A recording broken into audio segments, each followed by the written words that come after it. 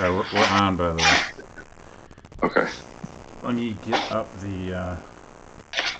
So if you had any racial slurs, save them for later. Alright. I will save those for off stream. Off stream.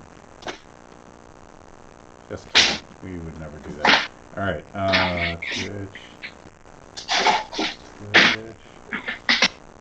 TV. Hello, Lithros.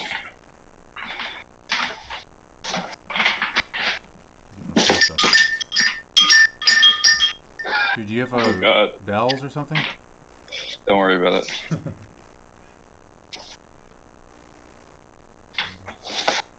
Alright. That should be less noisy. Hello, dude Richie.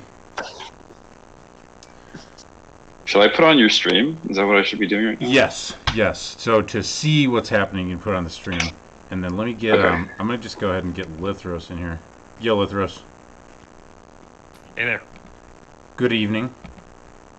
There's a weird staticky sound coming through your stream. Through my stream? Through my audio, or can you not tell? I don't hear it on Discord, but I hear it on the stream. Interesting. Well, I don't know what to do about that. You know why it is? I know why it is. Is because the microphone... I think it's because... I can try to change my... Let me try to change my microphone and see if I sound any better. Let's try... I might disappear completely. Blah, blah, blah, blah, blah. How does this sound? Better, I think. Yeah, you fixed it. I fixed it? Okay, I think it's using the microphone by my face is better. Hello, hello, visitors. We are here with Tripp and Lithros. Lithros, you want to start? You want to play some? You want to set up some Jackbox? It's my pleasure. Presser's also in the lobby if you want to move him in. Yeah, I have to bring in Prester at a timely moment. Makes sense. Tripp, do you have a preference for Jackbox game? Which Jackbox are we playing? I own all of the Jackbox party packs, so if you don't have a preference, I'll pick something. People have frequently enjoyed Quiplash and also the Trivia Murder Party. The only one I would really recommend is Quiplash. I know. Okay, do you know the monster game, the dating one? Oh yeah, that one's really fun, but it takes a while to teach, so it may not be something to learn on stream. I mean, how long? Yeah, how long could it take? It's not that hard to learn to play it, but to learn to play it right, it takes a few rounds. I see. Yeah. I see. I look like I'm in a depressing French film. My life feels like that a very small percentage of the time. All right, so we'll just go with Quiplash then, I guess. Okay. Yeah, or we could do the T-shirt game. But how long does that take? I feel like it takes like 45 minutes. It takes longer than Quiplash. It takes at least a half hour. Yeah. Okay, fine. Quiplash is. Let's go with Quiplash. And there's like no color because I turned down the color because my lighting setup here is so bad and not optimal that this is the best thing I can do for myself is to look like a fucking piece of paper. Should I be streaming my camera somewhere? Let me add your camera to once we get in Flight Sim. It'll be easier because otherwise I need to figure out how to stream 2 Discord things at once. Okay. Oh, and that's going to be through Discord. Okay. Yeah, through Discord. All right, let me launch. Cool. Oh, dude, it's already set up. I love it. I love it when my fucking settings. I'm excited to talk to you about Twitch and stuff, Tripp. Yeah, let's talk about it. Yeah, we'll talk about it. Bro, did your voice get deeper or what? Mine? Yeah. I'm using a different mic. I don't know if that's a different mic. You sound like you smoked and got 3 years older. All right. Let's put motherfuckers in the chat. Hello, Anam. Hello, Droppo, and of course, hello, Presser. Hello. Let's fucking do it. All right, what's up, audience? Y'all can get in. Hello, Too Woke to Talk. I like your emote. Y'all can get in on this game if there's a slot, but I also have to get in on the game. Jackbox.tv. Skune. Tripp would make a very pretty girl area. I think you're right. We're just getting started on the right foot. What do you think, Tripp? I think we should keep the compliments coming. I expect them to be at this place all night. There we go. Noted. All right, peace and up. Anybody else want to get up? Ari, you're always welcome. You can get in chat. I didn't even know that you had a war against Sarav. That's interesting to me. I have warred against Sarav before, but recently it's been pretty chill. 2 more slots. You can also just do us. But if we just do us, does it give us like weird like versus the computer shit? I mean, 6 people is fine as long as you have an even number. There's no computer stuff. All right, let's do it. All right, Zach, please hit everybody's in. Can you believe that Ari's not in because Ari does not feel like it? That's I don't believe that, as a matter of fact. I cannot credit it. It's offensive. All right, let's do it. But Ari does as Ari pleases. Her prerogative must not be questioned. All glory to the Moth Queen. There you go. Zach. Hey, maybe. Hello. Maybe you should get into this game. Though we have 2 slots. Oh, well, maybe I'll get in. All right, don't do anything yet, Zach. I'm just gonna make my face. Although I'm suspecting you can't hear me, Zach. Yes, you should get on voice, Zach. Yeah, get in here. All right, let me get the Zach in the voice. Yes, this stream Zach is beat for... me in. He what? I was saying Zach beat me in a best of 3 round of pool the other night. So anyone who is listening or watching, you can still join the audience and play along by going to jackbox.tv.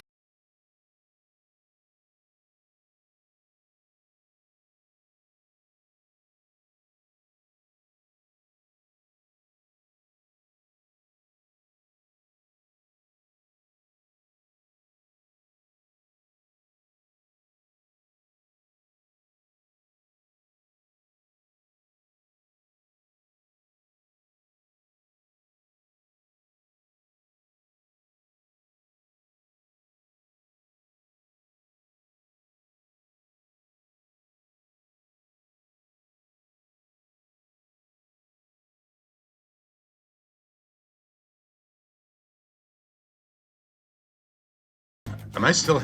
Okay, we're good now. Good on the stream now. Zach. Okay, we can also boot him. I mean... We can't boot him. I would need to restart the whole thing. Go into lobby, you dumbass. Wait, I don't understand. Does he not know how to use... No, I don't know. He does not know the ritual of initiation. It's in the lobby. All right, we got him. I didn't let him know. It is my fault. Oh! It is my fault. Welcome Zach. welcome to our elfin halls. Zach, please hit everybody's in. You're also echoing. Also put on headphones. Echo. There we go. Maybe you want them too. Oh, maybe he's in the... yeah, all right. Hey, maybe, welcome. Okay, should be working now. Yeah, we Can hear you you. hear him? Welcome to Hello. I'm Schmitty. How's it going? Recognize me? What up? Little fraud. This old woman told me I'd Yeah. a group of It's not strangers fraud, who would it's just change what we my do life. here. So keep an eye out for those What? guys. Well, In wait, the meantime, okay, I feel like I'm like walking into some stuff or something. still affect the game by You're joining walking the into audience. Philosophers on Twitch playing Flight Simulator. Round 1. 2 prompts will appear on your device, which you can answer Round any 1. clever or not clever way you want. Everyone will choose between And yours everyone remember to and make someone fun of else's Tripp. and decide who wins. Yeah, please. Points based on Easy. the percentage of people We who will prefer skewer the him answer. mercilessly. Have at it. There's a lot to make fun of.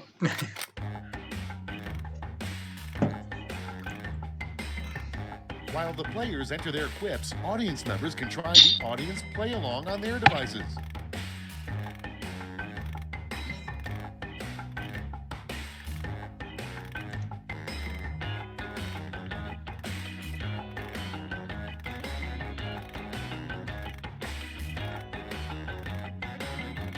Oh, God. I should move my face as well. Um.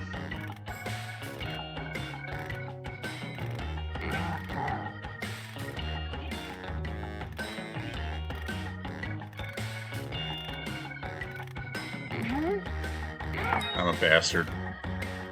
I'm a bastard, but I think I'm funny. That should be the tagline for your talk show. Tagline for my Twitter. Should be a t-shirt. Yo, y'all got 22 seconds. Okay. That is Smash that submit emoji.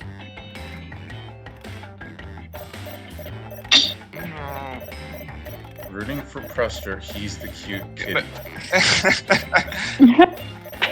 That's very nice. Did it? Oh, I think I submitted it. We'll see. Going These down the better line. be good. Starting us off. Yeah. Something in 98% of all cargo pants pockets. Okay, vote for your favorite. Okay. They're in the pocket? It's a little Now weird. you know where to look.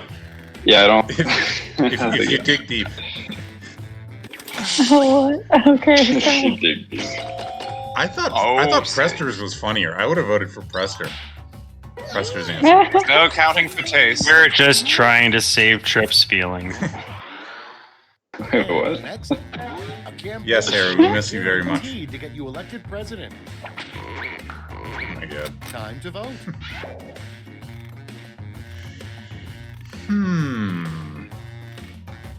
Interesting.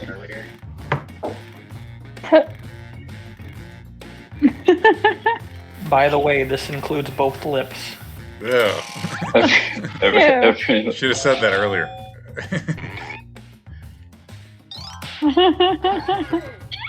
Oh, wow.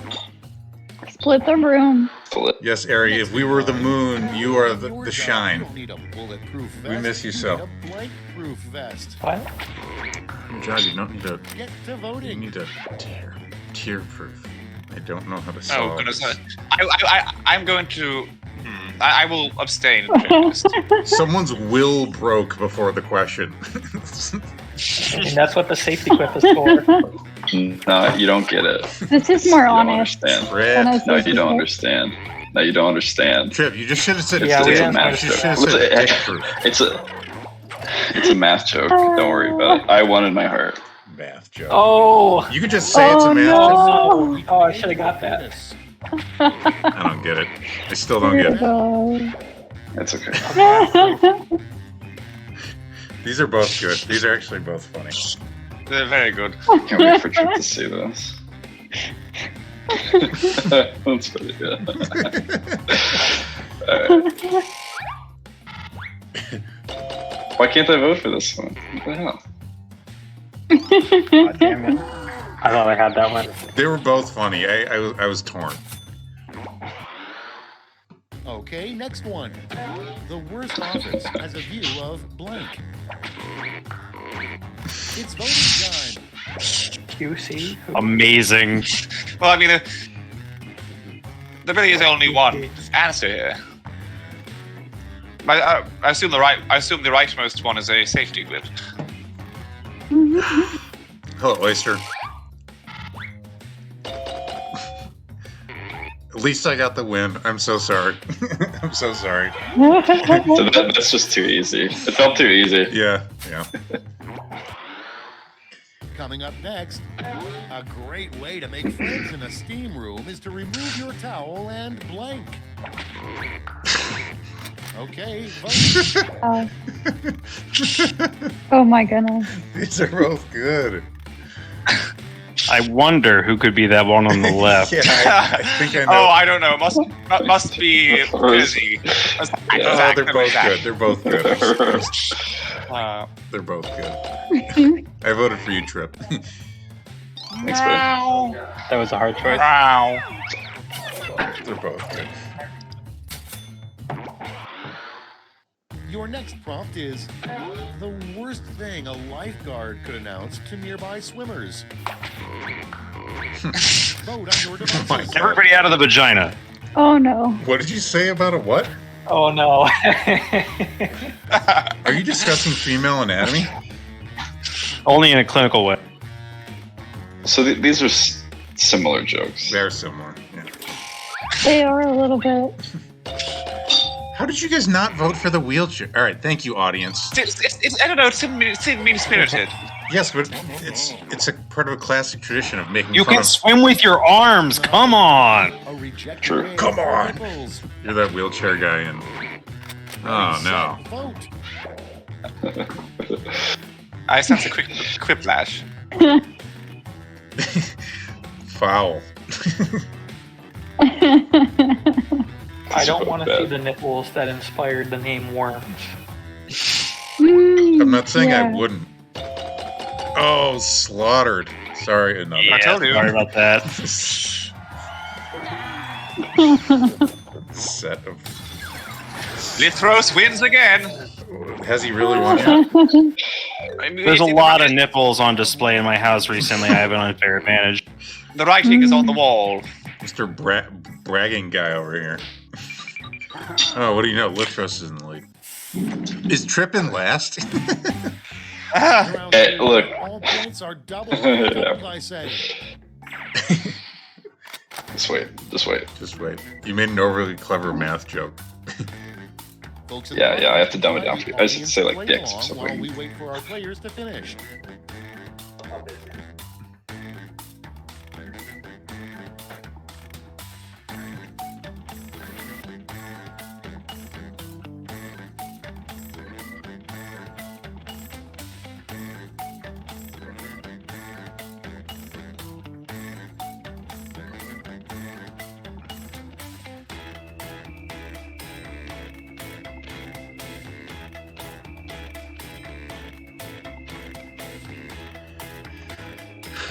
Oh no.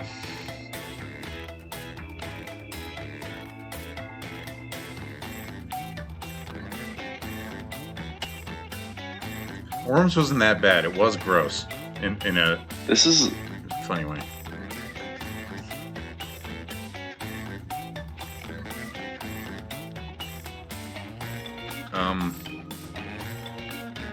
this is a horrible prompt. Yeah.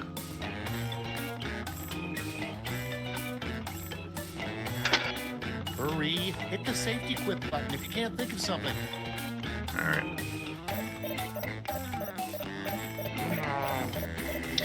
I apologize to the audience for my. I I have one good answer and one I bad. made a very obscure one that's going to get massacred because I couldn't think of anything else. But listen. it's very funny if you know. It's not funny if you know anything about evolutionary biology. First to a blank. Okay, I made a voting terrible button. one, Pick your possibly favorite. offensive. I didn't think of one in time. Special. But Like, you can't you just got say trip. You can't just say trip and I mean I will vote for it, but it's not fair. Well, I mean, you have to have like an actual contender. So. But you did Right. vote for it. Oh yeah. Oh no. Oh, Audience. Jersey, yours was worse, but I voted out of pity. Yeah. Thanks for saying so. Saying beer before liquor. Put in your votes. one of these doesn't even rhyme. Oh, I gotta go for the lyricism, though I do like Yeah, seeing I my think- name. Hey, that's me. Always play the narcissism. Oh yeah. Oh, Whoa. fiddlesticks. See, pandering never works when I do it. Yes. It's only everyone, Yes. someone else panders. God and damn it! Yes. Super quiplash.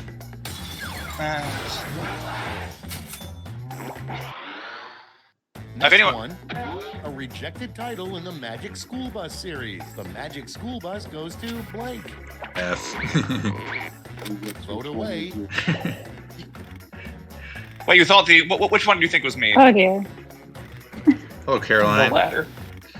It's both good. RT.55. What the heck? Route. It's route. Oh Have you been, RT. have you been on a highway before? no. Not a highway Route. user. Not a highway appreciator. No. Next on the I don't list, blow riding. what word should never be followed by an exclamation mark? And vote. Huh.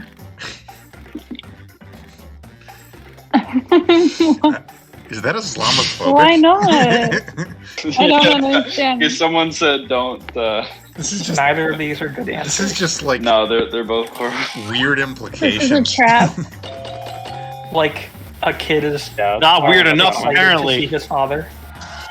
It was the That was timer my bad one. ticking Okay, I down. think I the other couldn't one think of was anything better. else. Were you going for something It, respectful? it was not a good. It was not a good Next prompt. is something you don't want to find in your grandpa's tool shed. Vote on your devices. I like how Oh. someone just said it. These are low effort. See, again, like you can never tell with comedy what's going to get. But You do kind of have to respect. It is a type of tool. yeah, but like, but it's just so obvious. Of course, they're going to go for the lowest common denominator. Of course. Quiplash. I went for it because I couldn't think of anything. Quiplash. Okay, Crazy. Okay. Quiplash. Super quiplash. I just voted that one out of principle. I didn't vote. Next, why the fish in your aquarium hate you? I'm gonna. Put in your votes. I don't know what that is. I told you it would be too obscure, but I couldn't think of anything else. Tiktaalik is my idol. What is that? What is? It's the fish, the amphibious fish. It's the thing that it's like the first. It's the first terrestrial vertebrate. I appreciate you, Presser. I appreciate you, but I voted for the funny one. I don't. Yeah. I told you I know I was going to get massacred with that, but I couldn't think of anything else. Moving on. Actually, I kind of prefer Preston's. Animated movie that stars a surfing cow. Oh, good job, Preston. Thank you, Ari. That can't be Oh bothered. no. What the heck? Zach. 3 points? Zachary. What are you doing, Zach? 3 points for maybe. The name of a male strip show. Can't just give maybe for 3 points. shaped guys. I told you I ran out of time. Oh my That's exact. Left one is what I would have done, basically. Oh. So, Oh my god. Dance video. That's pretty funny. These are both good. That's pretty funny. I hope you guys all saw that Tashin dance video. I had fun with that.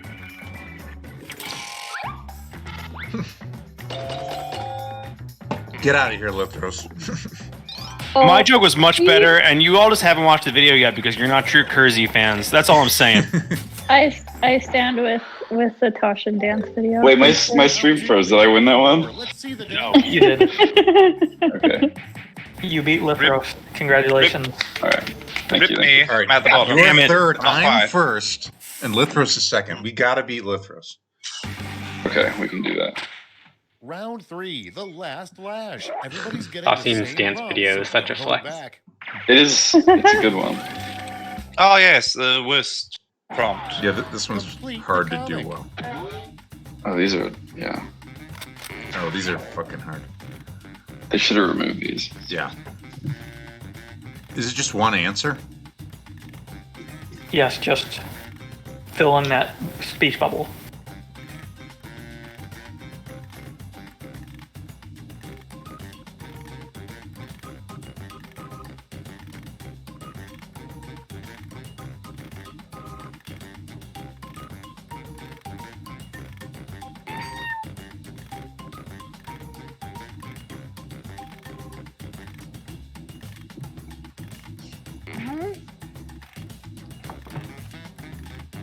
Shaking my head. God, Schmitty. I am not proud of my answer. I feel alright about me. I feel alright about me. I just have to write off the comic lashes. They're not. Yeah, that's true. That was scary. I couldn't think of anything. Everybody's in. Okay, in Couldn't round think of 3, anything you good. get to award 3 What's the prizes, pressure? gold, silver, and bronze. Have at it. These are. Oh my god. These are funny, actually. There are a few funny Oh ones. man. Colonoscopist. Oh my. I don't think we should call me. Maybe I believe in you. Oh, Jesus. Everybody's all about openness until they've got to perform a colonoscopy. Remember to vote for 3. All right, let's see who earned those medals. Bronze, silver, and gold. No one voted for gotta I be will kidding use me. my penis. Mine was brilliant. You're all dead to me. Oh, Wow. Well, I guess I. sorry. Didn't get it. What the fuck? Last minute redemption. Yay. For me and Zach too. Zach too. Nice. Oh, who's That's gonna enough to win? bring me back in the lead. Kersey or Tripp? I'm worried. Yeah, I don't know how far. Oh, Oh, by 10 points. maybe By 10 how the points. mighty have fallen. How the Nice. mighty have fallen. By 10 points. Who was second and third? Second was maybe. maybe. Third I was was Tripp. me. Lithros was last. Yep. Laugh it up. Get wrecked, bitch. No one liked your answer. Ow! Dude, I feel like I should just shut down Philosophers on Twitch playing Flight Sim because we just finally beat Lithros. We've peaked. Yeah. This is it. The curse has ended. The curse Oh, is in. you know, it's the weirdest thing. Jackbox just stopped working on my computer. Yeah. Oh. Ha! Funny. And he was in last too. That's even better. Yeah. That's not like a little bit of a loss. That's like a mega loss. Exactly. My brilliant You died. Poliarchy clip enabled the humiliation of Lithros. That was. And not only did he get in last, I got in I can first. start another game with the same players. I was gonna say how happy I am for you, Kersey, but I think I might have to revoke that. Oh. Lithros, I am happy for Oh, the no. character Start another development game with this the will same cause in players. you. Dancing Horse did just give me a constellation hug, which makes this all 10 times worse. Aww. Appreciate it, man. All right. Want to fly a plane around Tripp? Absolutely, I'm so ready. Let's fucking do it. All right. All right, I'll see you in the chat. Yeah, man. Peace, everybody. See y'all See you. in the chat. Thank you. Let me. Meow. Bye-bye. Let me find the Tripp. What did I tweet? The question list. I got to find my question list for you. And I also, of course. Yeah, I did not look at the questions, so these are going to be live for me. Great. So I have no prepared answer. Dude, that's what we like to see. Here it is. I will just put. Oh, it's not showing it. It's not copy link to tweet. Oh yeah. Did you? I forgot to tell you this. Did you get a chance to choose a place to go that you would like to fly to? I have not thought about it at all. Let's think about it. Okay. Oh, you know what? I have an idea. Can we fly? It's my favorite place in the world. It is the. It's my favorite so much that I don't remember the name. Some favorite. Yeah, no kidding. Also, by the way, you can put on your video whenever you like. Oh, right. Yeah. Okay. Big Bend. Can we do Big Bend? It's in What is that? Where is that? it's Southeast Texas. Let's fucking do it. Big Okay. Bend it is. You can tell me what it is. How do I get this to be a normal size? It's Tripp! Hi, everybody. It's Tripp! Turn the light on. Let me Tripp! Oh, alright. Let me crop this a little better. Crop. 1 pixel at a time. It's super widescreen. I don't know why. I think that's fine. It'll just be widescreen. I mean, it's the laptop camera, but it's okay. Yeah, that's good. We got Tripp in the chat. I'm going to put me next to you. Except for I'm tall now. Well, I'll just do it. I don't know. I'm trying to make this aesthetic, but this is good enough. Beautiful. All right. You wanted to, what's chat saying? White-coated men are some of my closest associates. Large Benjamin of Southeast Texas. Right. Tripp is physically larger than Kersey. Fuck you, Ari. All right. Let's go. Let's go. All right. You said Big Bend. Let's find an airport for that. That's right. Oh shit! There's no airports near it. We can go to it also, and I think I can also like drop in the air if we want. Wait, how many airports does it have? Does all of these does it have dots? just like Every airport, Yeah. I'm pretty sure, and all of these dots are like places you can just like decide you want to go. Like, Okay. Okay. Lithros says KELP. Okay. Let's try that. El Paso. And then would you know how to get there from here? From El Paso? Yeah. Yeah, pretty much. Closest big airport might be local ones. Okay, well, let's pick a plane. I mean, it's like literally the most isolated national park in the entire country, like in terms of distance from an airport. So maybe I picked the worst possible place, but No, we'll try to find it. We can try to find it. Let's pick a fast plane. Yeah. That's what I like to hear. By the way, We need to get going. Audience, you're always in charge of bitching at me if the audio balance is off. So I'm depending on you for that. All right, so as far as fast planes, the fighter jet is the most fast maneuverable plane. Technically speaking, the Boeing 747 is faster. It goes... Oh, no, is that right? Is that even true? Yeah, it's actually quite a bit faster. It's 500 kTAS. I don't even know what that is. And the fighter jet is 250. But the fighter jet's very easy to fly and fun. So we can go either way. Okay, well, let's do the fighter jet. My only concern was like getting there. But it seems like you get the idea. We also could take the Cessna 450. Pretty maneuverable. Is the Cessna? Okay, whatever gets you going. All right. I haven't done the Cessna. Let's try it. Let's pick a color. Right. And that'll show up for you with a little bit of delay. Any of these catch your eye? I like the third one, the gold and white. This here with the gold and white. Oh, yeah. That one. Kenmore, yeah. Beautiful. We'll take the Looks like my Kenmore. plane. Luther says fly southeast or east southeast. Does east southeast mean a little bit south of east? Yes. But not quite southeast? Okay. I feel good about that. Honestly, southeast is probably good. Yeah. Cool. Yeah.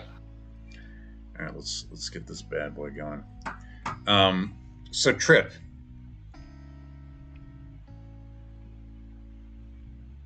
Yes, sir. How's your day been? My day? Yeah. It's good. I did some research and then I went to a shooting range and I taught someone how to shoot a 9mm went to the gym. Now I'm home. Dude, hell yeah. I guess we got a bunch of people asking about your workout routine, so we'll get to that. But yeah, I saw that. We can touch on that. I would not like to talk about that the whole time. No. We will not. I am definitely. We won't talk about it. Okay, well, let's just knock it out. What's your workout routine? What do you do? Let's just knock it out. Right now I'm on a right now I'm on a 6-day push-pull leg split.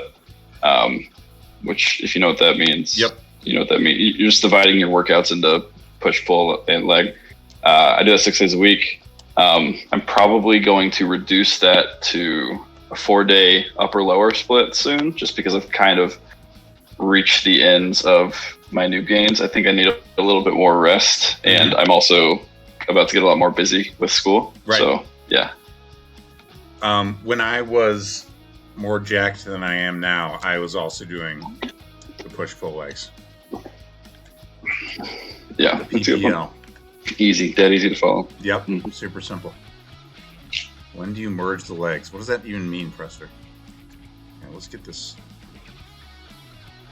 plane in the air. Do you know anything about this game?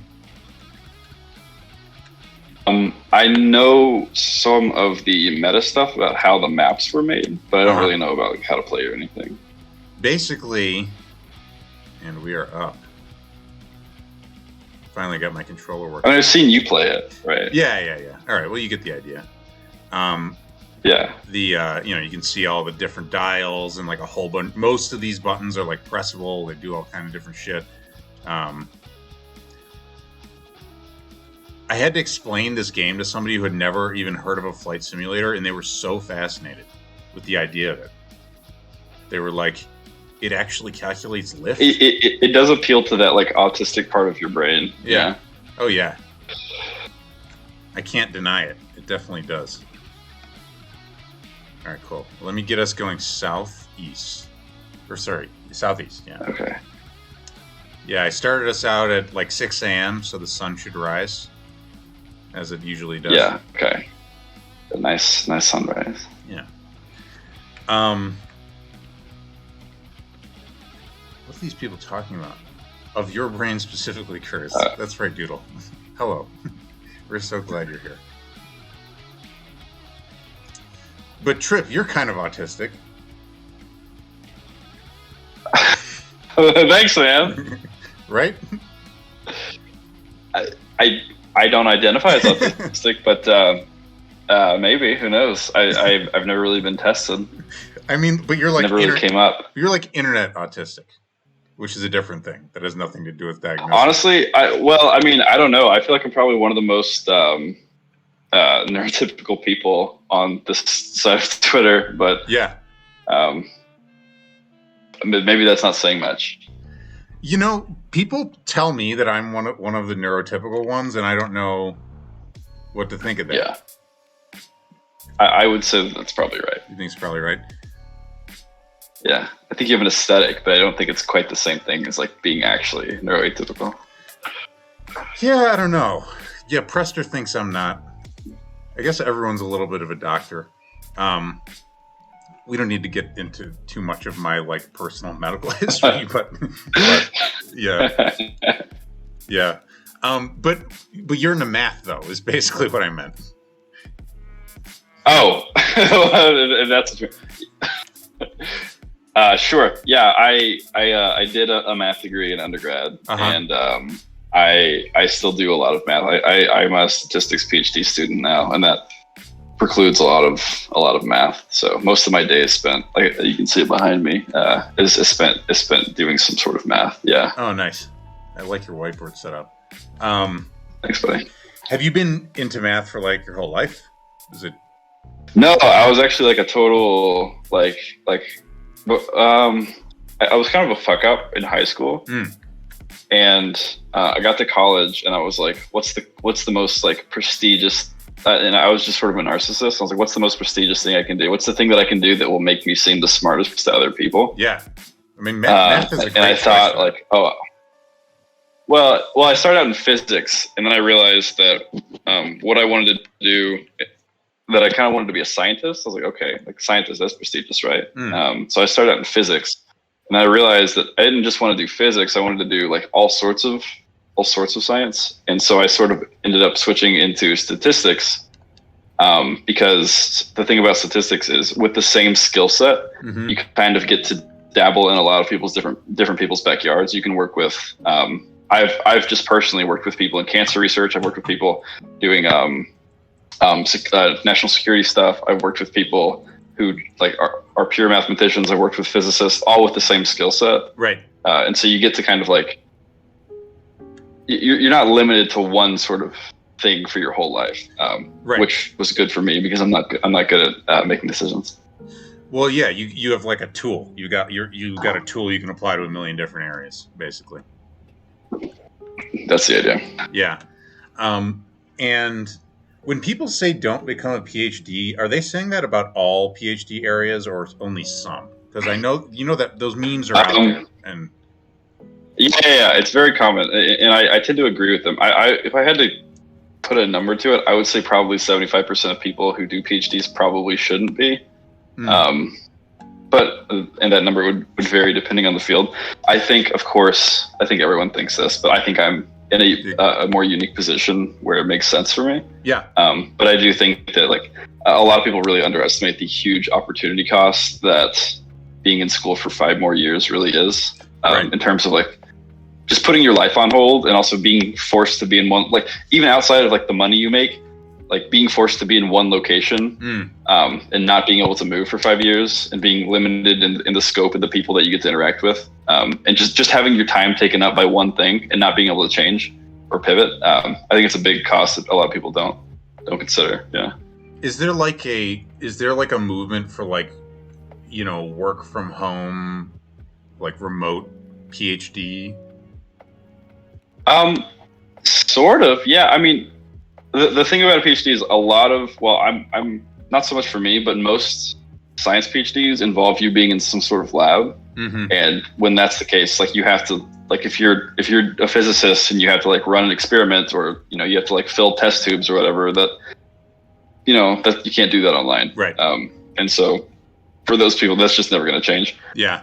But for me, I mean, I have to teach in person this semester, but like outside of teaching, yeah, I mean, I could be completely online basically. Yeah. Like all our meetings and stuff are online right now.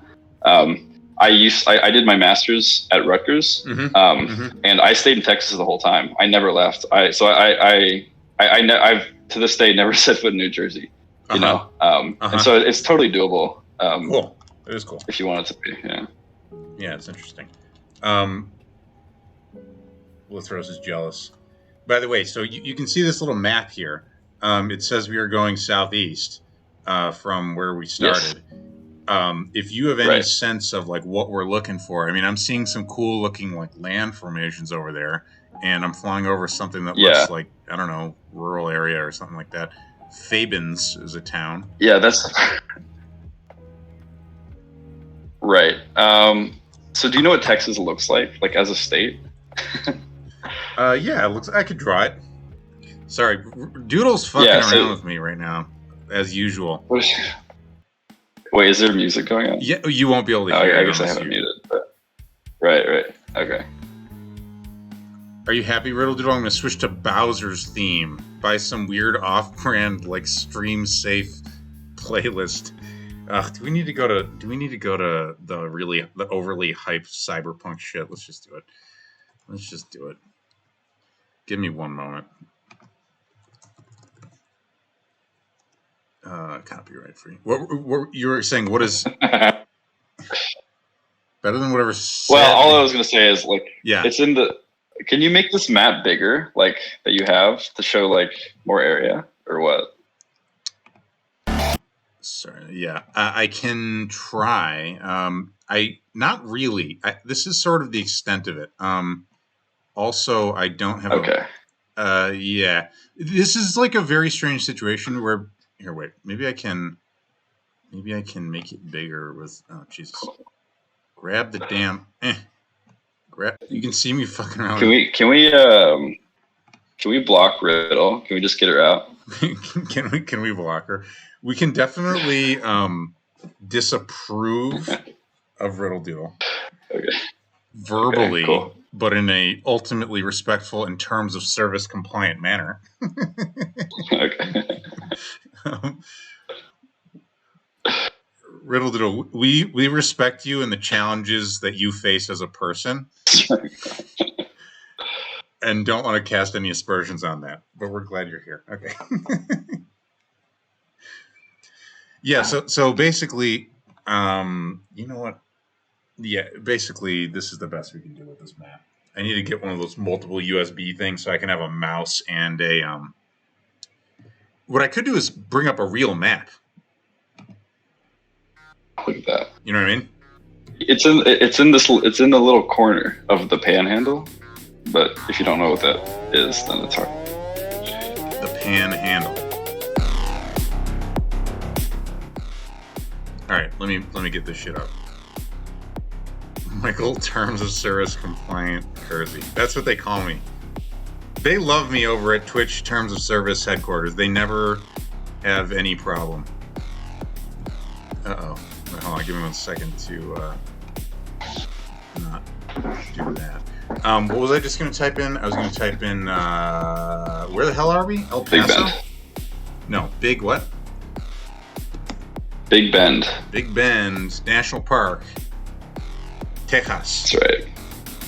Texas. And then let's get just some.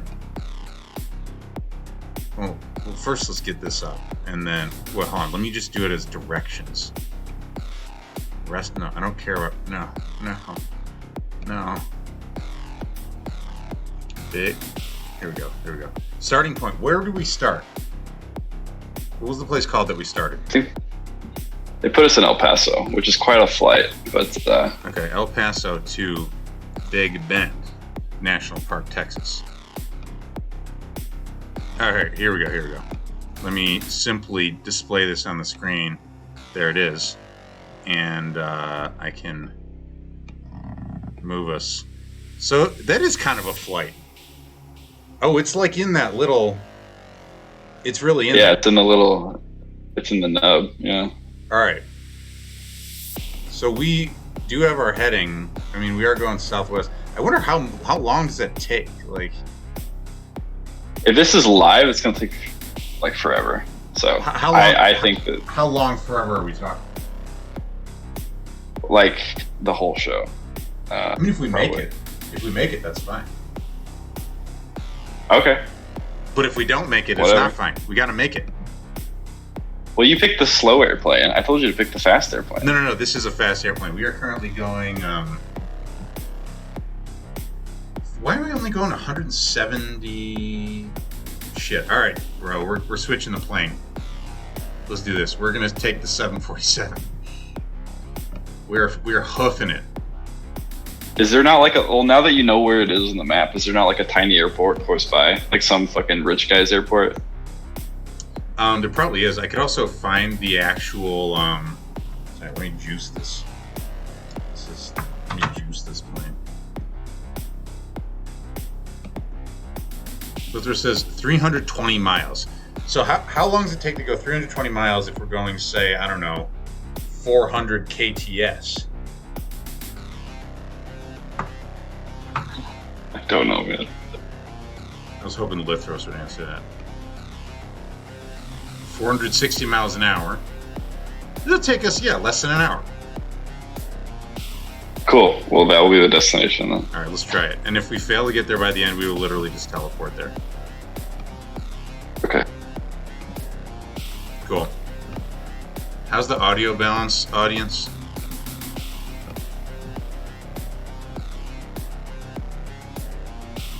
I'm gonna assume that means it's amazing. That's good. Cool. I don't know if the music's too loud or something. Funky. Oops. All right, Tripp. What were we just talking about? We're talking about PhD. Yes. Yeah. And you're in Texas, and you shot some guns earlier. Yeah, I was introducing someone to Texas. Yeah. Yeah, hell yeah. Can we ask? Was that a friend? Yeah, just a friend. Just a friend. Cool. Yeah. I won't pry. You don't know him, so. Yeah. Okay. No, but it's a him. Sorry, I'm fiddling with my trim here. And so do you shoot guns often? Only when I want to scare people who aren't from Texas. Uh-huh. Here's the thing about guns. I think shooting guns is fun and it's fine, and it's something you can do with people, I guess. Mm-hmm. I don't understand the people who like make it their personality. That seems like a step too far for me. Uh-huh. Yeah. What is like a gun guy personality? What are gun guys like? Well, it's just like the big Second Amendment guys who make sure to carry a gun even if they're going to the grocery store, right? And who are like, they're like they're dreaming about, like, they hope someone breaks into their house, right? They get to shoot. It's the weirdest thing. Yeah. Yeah, I think being a Yankee, I never really encountered that in person much. It's pretty common around here. Pretty common. Oh yeah. I do know more and more people who are getting guns, though. Some of them in San Francisco. or around, thereabouts, California, but like urban California. Can you even get a gun in San Francisco? I don't know about like San Francisco, but like around, I know like apparently it's weird to people that I can just go to Walmart or whatever and like buy a pistol, like buy a 9mm. It's just something that like if you have like the cash and an ID, you can just go do that. And apparently that's something people in the North don't know they think that you have to get like, background check or whatever. Yeah. But it's like buying cigarettes, basically. You're buying alcohol or whatever. Pretty much. I mean, yeah.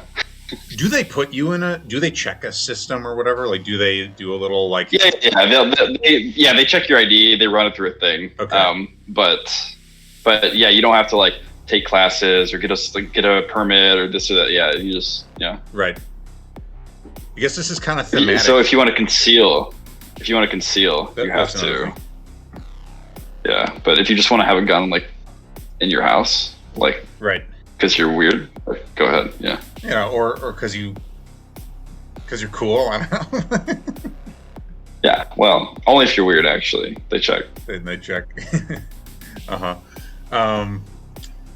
Yeah, I don't know. It's interesting. I have shotguns a bunch of times. I went to school in St. Louis, so we sort of took the opportunity to shoot fireworks and shoot guns, basically. Yeah. And as far as going to the range, though, is it like, do you do that often? I guess, or is it just like, every 6 months? Yeah, a couple times a year. If I want to either if I'm taking a friend who's never shot a gun and just like to do the thing because you can't do it where they're from. Yeah. That or if or if someone just wants to do it, I'll do it with them. I'm not like that's not like my thing though. Okay. Yeah. Got it. What is your thing, Tripp? We want to know. What is your thing? That's a good question. Well, I'm sort of in a state of flux right now because I'm going to be moving in a few weeks.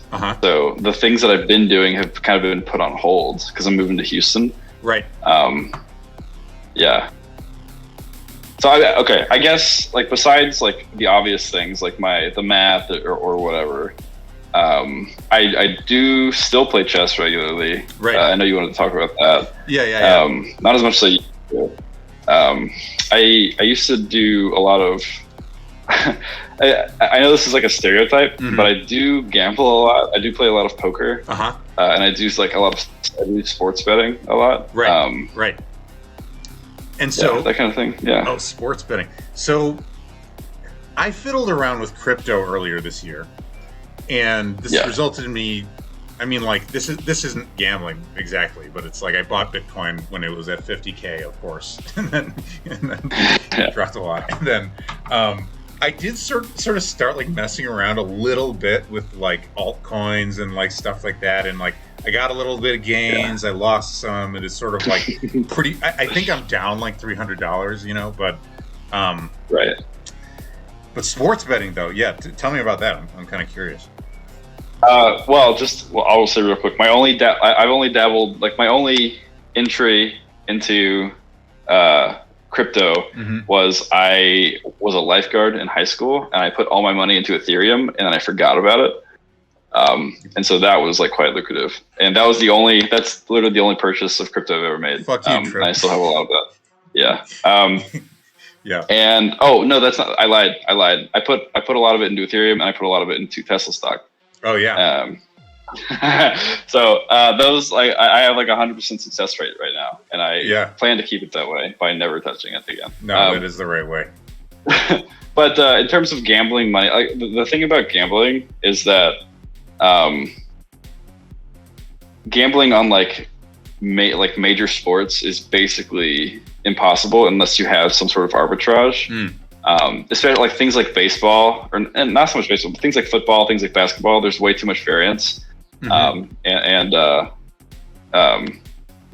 Vegas is way too good at what they do. So unless like something really weird is happening, like I don't even look at those. The stuff I look at are going to be weird, sort of like not typical events. So I've even bet on chess games before. Yeah. And is this stuff so like how would one bet on a chess game? Does that make sense? Yeah, I mean, just Like with yeah, friends, any or- other like just. Well, no, the same websites that have sport that lets you bet on the NBA will let you bet on like Magnus Carlsen versus Wesley So or something. Yeah. Okay, that's cool. I didn't actually know that. Yeah. That's one of those I things. made money from. I don't know if this is technically legal, but I did bet on the presidential election. I put money on Biden back in like Right. February of last year, back when his odds were like Lower. 25% or something. Yeah, and so that was cool. Yeah. That, like predicted or whatever. Right, it predicted. That's the website. Right. Yeah. I know a bunch of people who have done predicted. I remember during the election, like some people trying to like figure out how to double down because there's like big limits. There's like pretty low limits. Yep. Which may be. Yeah, I mean they're not super low. It's like a $10,000 limit, which is enough for most people. It's enough. Oh, is for it? Me. Is it that high? I thought it was like 500. Why did I think it was so much lower than that? I don't know. I don't know either. Well, I put more than 500, so I know it's at least right. More than that. Oh, there you go. Maybe it's better that I didn't know. Yeah. The Zach has Bitcoin and Dogecoin tip from Reddit tips in 2013. I'll never be able to access. Sorry to hear it, man. I don't even know what a Don't we Reddit, all, buddy? I don't even know what a Reddit tip is. I think. Back in the day, people would just like tip you. That was a cool comment. Here's 1/100th of a Bitcoin, which was like 25 cents, and now it's like whatever $100 or $50 or something. But Right. The they have that now on the Brave browser. They're trying to integrate crypto tips. I don't know if you've seen that. I don't know much about crypto, man. I'll be honest. I'm Yeah. in crypto spaces. I'm friends with crypto dudes. Yeah. So like, that's cool. But personally, like I know how like a simple blockchain works. Right. But in terms of like I don't know what the hell they're like. Okay, people are having like crypto companies. Things are happening. People are getting together and like typing on computers, and somehow they're like able to buy groceries. I don't know what happens in between those two steps, but. They're just typing about Bitcoins and they're tweeting about their coins. I really don't know. I don't know what's going on, but yeah. Yeah. Totally. Okay, yeah. So then you're saying the betting, and then so the Twitch thing. I was just curious. So I don't know that have you tweeted much about your like chess interests. I put one tweet out there. I've played with some people. Mm-hmm. I played chess with some people on Twitter, but I only put one tweet out there the other day about how. Do you know Alexandra Botez? No. She's a big streamer on Twitch. Yeah. Okay, you mentioned this person though, and I googled her the last time you mentioned. Right. So I looked her up a little bit ago. She has like, 900,000 followers or something on Twitch. She's super rich now.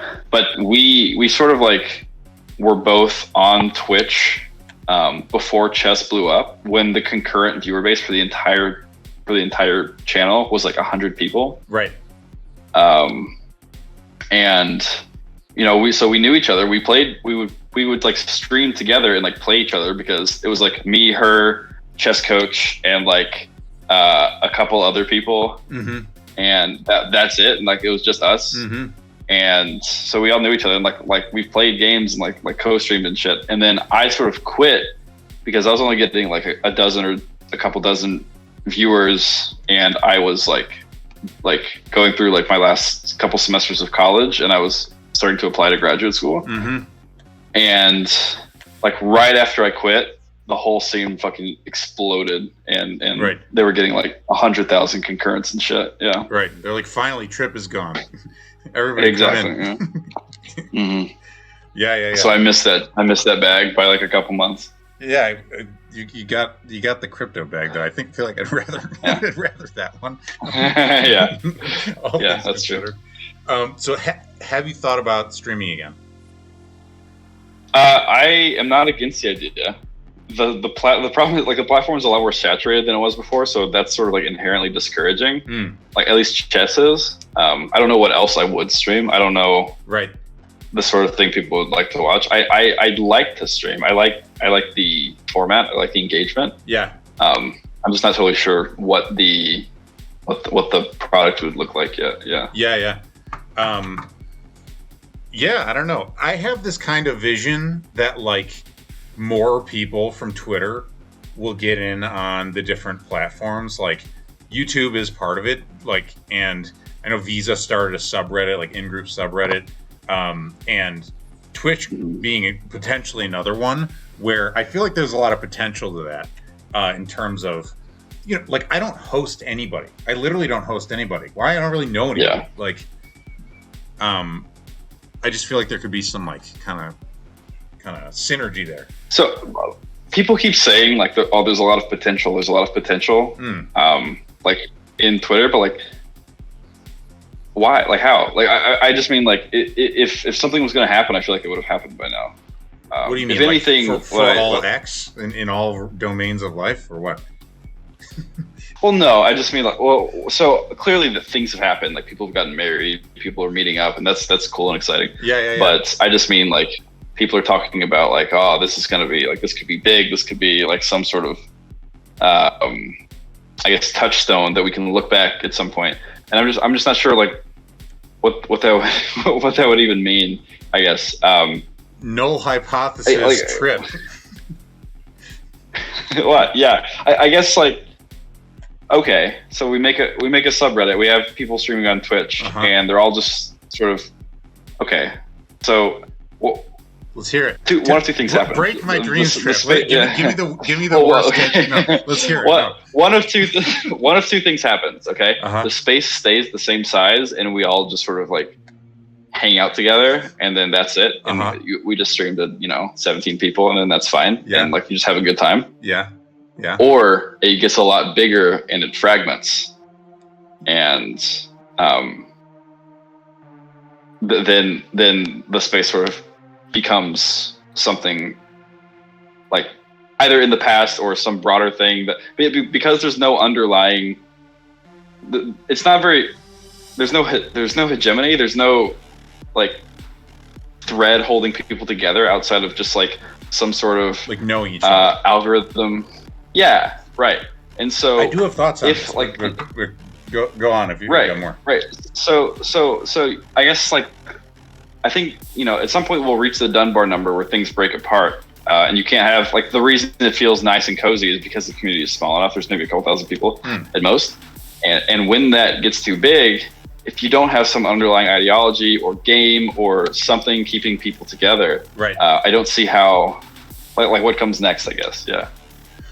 I have opinions on this stuff, and I'll try to list them out. So, opinion number one is I think it's good and fine for the thing to change. Right. It's like, and it has to. It's not sustainable. Well, even if it was sustainable at the current level, I can imagine someone being in favor of that. I can imagine someone being like, "This is good. We made it, guys," kind of thing, right? Like, I'm not against that in principle or something like that. He says you're baiting him into being an optimist. I strive to be the most pessimistic person in the room at all times. Yeah. So the thing changing is not bad to me.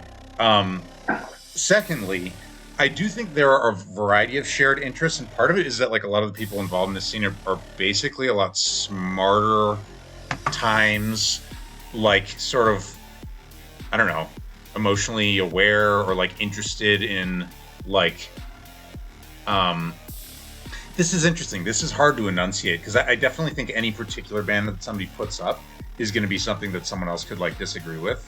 But like, at least I'm interested in the self-transformation times actually being kind of like a chill, friendly person times intellectualism. And I don't know, like I think that like the best intellectual content in the world is like not being made, and could be made. Right. So there, I don't know. I guess I sort of believe there are shared interests, and part of it is like people could be getting like paid to make good content, and that's a whole other angle, which is like the economic side of it, right? So even if like let's say you get on Twitch again, and your shit explodes, and you just end up doing chess, like it's still cool for me to know a guy who's doing that. You know what I mean? It's not like Sure. we have to like Yeah. code whatever every week. It's just like the more people you know who are doing cool shit, you can cross post the stuff. Okay, but Ari's not intelligent. Sorry for slandering you in that way. Sorry, Ari. I don't know. Those Yeah, are thoughts. I don't disagree with any of. I don't disagree with any of that. I think that like a big advantage of Twitter is that it's sort of a preferential attachment network. Like you get these central hubs, and then people can kind of cultivate around that. Maybe Visa is like one of these hubs or something. Yeah. Maybe a couple other people, but he's definitely one of them. And that's great and that's nice. But I feel like when you don't. Like when you explicitly select against legibility, it becomes really hard to grow some sort of community. Just because it's hard to full Renaissance like it's hard to it's hard to keep people together if they don't know why they're there. Like the reason it works on Twitter is because it's not that big. There's a couple thousand people, and Twitter is like the way Twitter's algorithm works is that it's sort of reinforcing. So once you fall into a hole, you kind of get stuck there. But I don't think that that's possible. Like say how big would you guess the number of people on this corner of Twitter or whatever is like it can't be more than like a couple thousand at most. If not less. Yeah. I'd probably like 3,000 or something. Or like, I'd say something like that. Yeah. And so if it was like 30,000 or 50,000, I think it would be qualitatively different. I think it wouldn't be the same type of thing. Well, but I think that's true. Okay, so part of how I think about this is that society is one of these networks. So we are in a little subculture of some type, it's not the weirdest subculture. We're not like insane clown posse, we're not like nudists, we're whatever the fuck we are, right? And there is a cluster, there is a legible cluster, right? But like, your local like golf scene or whatever, like at the fucking country club, there's like some golf scene or whatever the hell that is, like that is also like a cluster. So I sort of have this belief, I guess, that it like does some fractal thing that like as the big pyramid gets bigger, it doesn't remain one conversation. It remains like sub chunks with sub chunks, right? And it can still be coherent and functional, but you do need a lot of like different types of leaders all over the place, right? So like even in the golf scene, there's probably like one guy who like hustles everybody to like, renew their membership or whatever the fuck you need to do to like run a golf scene, like, or the guy whose house they like get beers at after the thing. Thoughts? Yeah. I mean, so on a golf scene, sure, but not like the game of golf, right? Like that's much more self-regulated. There's not one guy who's like getting people together to play golf. Like golf is something that sort of everyone is kind of doing. In part because but that's why they say. Sorry to interrupt you, but that's why they say shit like the national. Like golf is not the national pastime. Nobody says that about golf, but they say it about like baseball, right? The fact that there is like Major League Baseball and there are recognizable characters, in this major league, right? And there are little leagues, that you can do it your whole life. You can collect they got franchises, they got shit. There is this huge, even just if you were looking at like baseball, this is a huge pyramid and all these sub parts. So that's why I sort of think it like that's an example of something functional, right? What's an example of this like elsewhere? Like on the internet, like of some space sort of emerging. Let me think for a second. On the internet, I'm gonna not talk about political stuff because that's hairy in a different way. But I do think a lot of political stuff would count as like. But the thing about, I mean, okay, I guess you could say like the rationalists or something, right? The rationalists are an example where they at this point. So I'm gonna flash my rationalist cred for a second. So like in 2011, I visited the Singularity Institute in Berkeley, and they were starting a rationality mini camp, and I did that for a week. Okay, and then after why? It was one of the best things I ever did in my life. It was fucking sick. They're going to teach rationality. I met people. So this is why you're neurotypical and I'm not. Is because this shit, like, my brain was like, whoa, like I was like, I'm fucking like learning like the nature of everything. Blah blah blah. I was hyped up. I loved it. One of the dudes there had been. I was thinking about this today. Had been on Beauty and the Geek. If you've ever heard of that show. Okay. Whatever. Anyway, so. Very nerdy crowd. Anyway, blah, blah, blah. I did this week-long thing. Then they did another program. This organization, CFAR, came out of that. So there's, the Center for Applied Rationality. Right? And Singularity Institute, which used to run the Singularity Summit, which was this conference. They ended up, like, selling it to Ray Kurzweil or something. They rebranded it as Miri. But anyway, that whole scene, like, there's a bunch of organizations now, there's like a bunch of like, the rationalist fanfic, nerdy as it is, it's cool for them. Like a lot of people do read it, right? Slate Sarcodex, you guys got a career out of it. Like people are writing books, like Julia Galef wrote that book. There's like an economic superstructure and a social superstructure around what also adds up in an individual life is like, I'm going to live in a group house in Seattle or whatever. So, Okay, no, I see that making sense, but you're gonna need. I think the reason it worked for the rationalist movement was because you had cults of personality, you had your big yuds, and you had you had Slitstar Codex, and you had these types of things. Yeah, and you also had some there was a directive. There was like something. That's true. That people wanted to accomplish, That's right? True. And I feel like the whole like a lot of people are very against maybe not legibility, but like having like a very clear sort of goal or direction, like some sort of normative like direction in it, like with why they're acting the way they're acting, and I don't see that a lot in the space, and so I feel like. To the extent that you have that is to the extent that you're going to start fracturing away from what you probably think is this space. It's an interesting question. I'm one part of me definitely agrees with you in terms of like purpose or whatever, and it's interesting. Doodle says the goal is to be cozy sheesh, like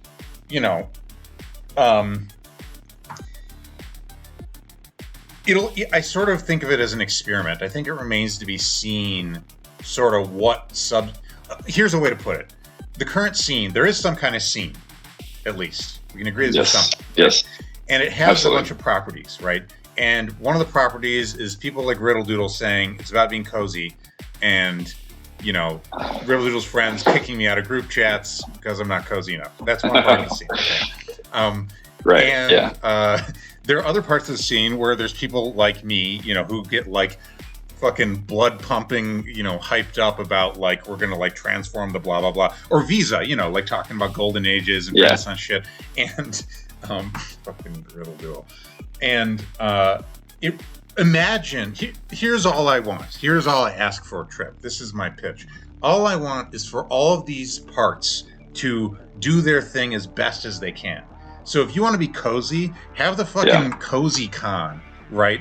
Have the fucking multiplex of like bean bags and fucking low lights and fucking cozy ass snacks and like don't and you can throw me out the door just because that's part of the fucking performance of the thing, right? And then let Visa huddle in a fucking smoky room scheming about the future of everything and like how we're going to change the blah blah blah, and like let him do his golden age thing. So I just like find the Talos, obtain it, right? So it may be that this leads to a bunch of people spending less time with each other or more, or maybe there's trade, right? So that's my opinion. Right. Okay. Yeah. Well, count me in, I guess. I'm skeptical, but I'm not against it. Yeah. Hell yeah. All right, cool. We won Tripp over. We did it. He's skeptical, but he's not against it. Riddle Doodle, I understand. Shut the fuck up. Shut the fuck up. I am a very cozy. Tripp, are you a cozy person, would you say? No, I may like to be, but I don't think I am. I think that I think coziness has a place in time, and it is not something that I feel the need to do all the time, for sure, especially not online. Yeah, yeah. What does it mean to be cozy? Like what? Not my problem. Now you don't even know. You're like fuck it, whatever. That it's too much baggage. Is that right? First against the wall. Thanks for the. Hey, I thought I was first against the wall. We're gonna go down together. Okay, you're gonna be ranting and raving about, blood and soil or something, and I'm gonna just you're just gonna take me with you. I'm just gonna light a cigarette, stare him down. Yeah. Lots of walls. Thank you, Lithros.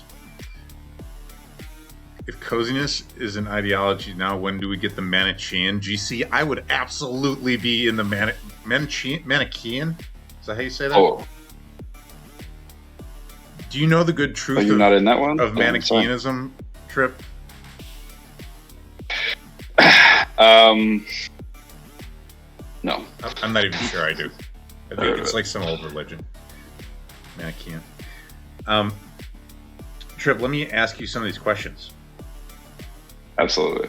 Cool. I'm very impressed by your upside down flying, by the way. Oh yeah, I love doing this. Also, let me turn on some clouds. It'll be even cooler. You see this? I'm flying upside down. Oh yeah, that's even better. Flying upside down while running a talk show, reading the chat, looking up. I'm reaching my other computer at my fucking Twitter to read questions. This is. I don't want to claim mastery, because then my stream will just break because of God's wrath or something. But yeah, you'll have to get throw in. Okay, we asked about strength training. Okay, we don't need to talk about it the whole time. We don't need to talk about it the whole time. But okay. But oh no. No. Let's get into it a little bit. All right. Okay. What do I want to ask you? Like, do you think you will keep lifting? Is your plan, at least, to keep lifting consistently, like pretty much indefinitely? Is this like what you want to do now?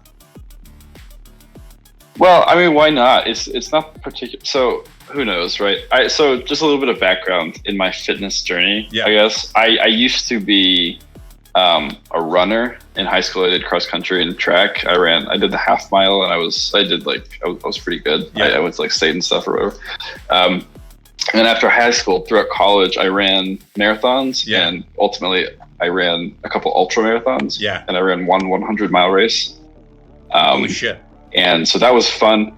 Yeah. And so it really was just a matter of can I do it? Like that was kind of the whole idea is can I achieve this thing if I just put my mind to it? Yeah. Sort of testing the will, my own will, I guess. Yeah. And then I did it, and I was like, okay, I did it. It was cool, and it's taking a lot of time. It's not something that's unsustainable, but after a while, once you have been running enough, each workout can take three plus hours, and it's okay, this is really cutting into my ability to do other things. Yeah. So I cut back on that, and I was like, okay. Yeah. And one thing, a couple events in my life led me to just okay, let's I have a lot of free time now, and let's get in the gym. Back in February. Right. And I did, and I just read about it, and I was like, okay, this is how you do it. This is the right way to do it. And I still run, not nearly as much. I'm running maybe 20 miles a week when I used to run 60 or 70. Okay, so but you still are running like crazy. It's nothing compared to what I used to run. It's really just maintenance stuff at this point.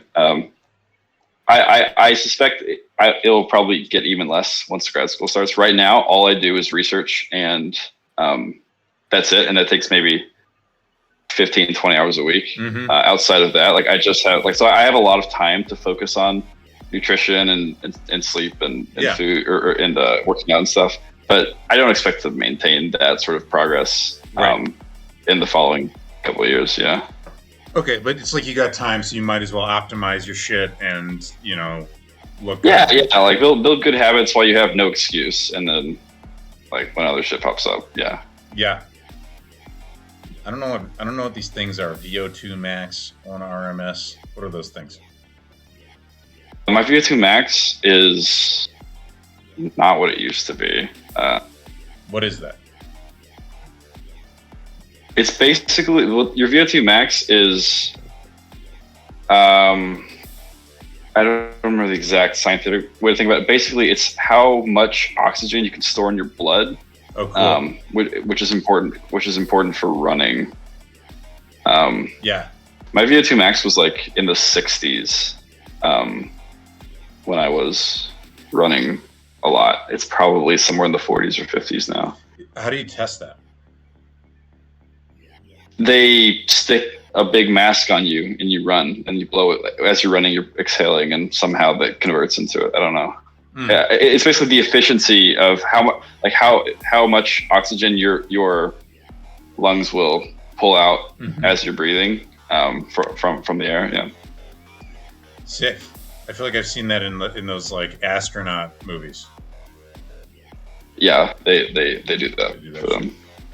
But I don't do that anymore. So yeah. And okay, I said I would post progress photos back in like April, and I stuck by it. I said I would do it at the end of the summer. Yeah. And I did, and no one else did, and it's like whatever. But dude, call them out. Have you called anybody out? I know Eigen said he would do it, and then he said, "Oh, I hurt my arm," and then he canceled. Yeah, there's a couple people, but that's okay. This is why I don't commit. I'm sure they have their. I'm sure they have their reasons. Yeah. How long have you been vegan? I went vegan on my 20th birthday, so over 4 years now. 4 years. While we're talking about this, I'm just going to eat some sausage here. Is this an ethical or a health thing? Or other? It's definitely an ethical thing. I don't think it's probably optimally healthy. I think it's possible to be quite healthy on a vegan diet. But it's probably not completely optimal. So it's definitely not a health thing. Yeah. Right. And I don't know. Are you happy with it? Like, I guess you're happy enough with it to do it for. Yeah. I mean, here's my big takeaway, and like the vegan diet was a big part of it, and I've noticed this manifesting with lifting and with like a meditation habit I've done and stuff. Yeah. Is that a big like people very, very much underestimate how valuable being in a community is to building habits. Totally. So when I first went vegan, I joined a vegan Discord server. Then I met a vegan doctor and I met a vegan powerlifter. And it was this place where I could talk to people every day about like them being vegan. Like, even if we weren't talking about like, what do you eat? What is this? What is that? Like learning, like it was just talking to other people who had like similar sensibilities. It makes it a lot easier to stand by your principles until it becomes a habit. I don't really frequent those circles anymore because it's not really something I think about anymore. It's been long enough. Right. But also like with lifting, like me and a couple other people started this lifting group chat, and then now it's up to like 25, 28 people. Yeah, it's pretty big now, and like every day we're talking about, like either what your goals are or nutrition or this or that, and it's not like a lot of it's not even relevant to you. You're just like in a community that gives you a space to like actively think about the thing. Like you're in this. It's almost like I'm in this space. That must mean that I'm sort of like in agreement with their ideals almost. Yeah. So a self-signal. Yeah, it's a self-signal. Yeah, and so people really, really underestimate that. People always talk about like, atomic habits and this and that, and like how do I build this habit and blah blah blah. Sometimes like the easiest way to do it is to just enmesh yourself into a community that values that habit. Find your people. Yeah, absolutely. One of my things is, I started being a lot more online, in part because of COVID, because I just wanted to do stuff, be social in some way. And I think also sort of dispositionally super extroverted, and it just kind of works for me to be very, relative to like normal people, expressive on the internet, including, running Twitch and stuff like that. But I think I go as far in this communities type direction that sometimes the easiest way for me to like read a book that is like a hard book, for example, is to start a book group. And I'd rather start and organize the whole fucking thing and get like 3 other people doing it. That's like the fastest way, It's easier than actually just reading just yourself. read the fucking book. Yeah, for sure. Absolutely. I mean, you can build those skills. I do think you can build those kind of like skills, but interesting. So it seems like you're like a big you're big on like habits or something like that. I feel like you got a thing. You got a machine. Well, I don't know. Okay, so like this is a pretty midwit thing, yeah. But yeah, like I do think like a lot of the times your habits do sort of end up making your like most of what you do is sort of automatic or autonomic, and the more of that you can regulate like autonomically instead of having to think about, just the easier it becomes to spend that energy you have in productive ways. I used to think that very much of the mindset like default. Okay, it looks like we're getting into the Chisos Mountains, but is that good? Very much of the mindset like yeah, for sure. Cool. I've been through there. Cool. But if you just make a if you think hard enough about it, you will figure out like the best way to be. Mm-hmm. And then like once you do that, then it's just a matter of following the flow chart. When and then you fail, and then you get like acrasia and blah blah blah, and that's the smart fail son guy pattern. Like it's sort of like a type of narcissism that typically young men that identify as intelligent have. And when in reality, what is this pattern? It's like trying to think your way to greatness kind of thing. Yeah. Like this idea that like any problem I have must be something that I can solve if I just think about it hard enough. Right. I can figure out the answer. And like if I sit down and like think really hard, I'll come up with the solution, and then it's just a matter of implementing the flow chart correctly. And then so you get in the cycle of like, okay, well I fucked up and I didn't implement the flow chart correctly. Well, that must be because I'm like a loser, or like I'm just like, and so you develop acrasia. This is like a very common story. Like this is sort of like the canonical like why people don't like rationalism anymore kind of story, I guess. But right. So long story short, I think the ability to take those things and just self-regulate them and take them out of you thinking about it, and you like it's not hard for me to meditate anymore. It's not hard for me to go to the gym. It's just something I do, Yeah.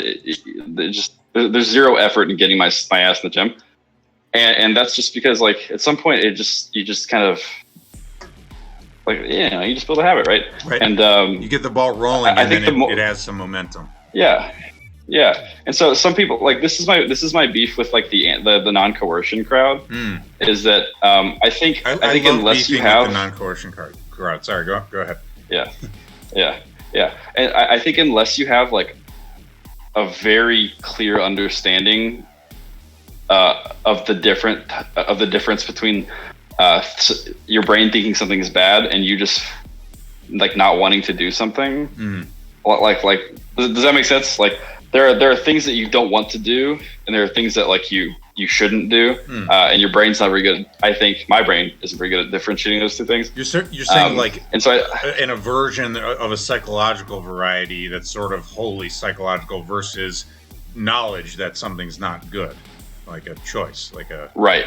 Like, well, so you may have knowledge, right? Exactly. Yeah. And so I think unless you have like that skill to differentiate those two things, I think it's really easy to see to put non-coercion on a pedestal, and you can go. I think you can go too far with it. I think the reason people like it so much is because a lot of us come from like this striver kind of young STEM lord background where you put yourself into this box and like it's like if I fail, it just means I have to try harder and I double down, triple down, quadruple down. It's like I just need to go, and like it doesn't matter if I feel like shit. It doesn't matter how I feel. I just need to work harder. And so they swing to the other end, and they they swing to the other end, and they think, okay, I sort of need to root myself in this place of like ultimately I need to value how I feel sort of over everything else. And I think that's a good counterbalance to if your default like sort of, you know, like if you're looking for some sort of golden mean, that's a decent counterbalance. And I think it's a good thing to try and do, and it works for the striver type, but I don't think it should be the last place you're at. Yeah. I think that coercion in a, like, if you respect yourself, I think there's a place for coercion for people who have a strong sense of self-respect and self-boundary. Yeah. I think I just straightforwardly agree with that. Yeah. Cool. I mean, I often find myself in a situation of like sort of just saying the opposite of what I see people saying.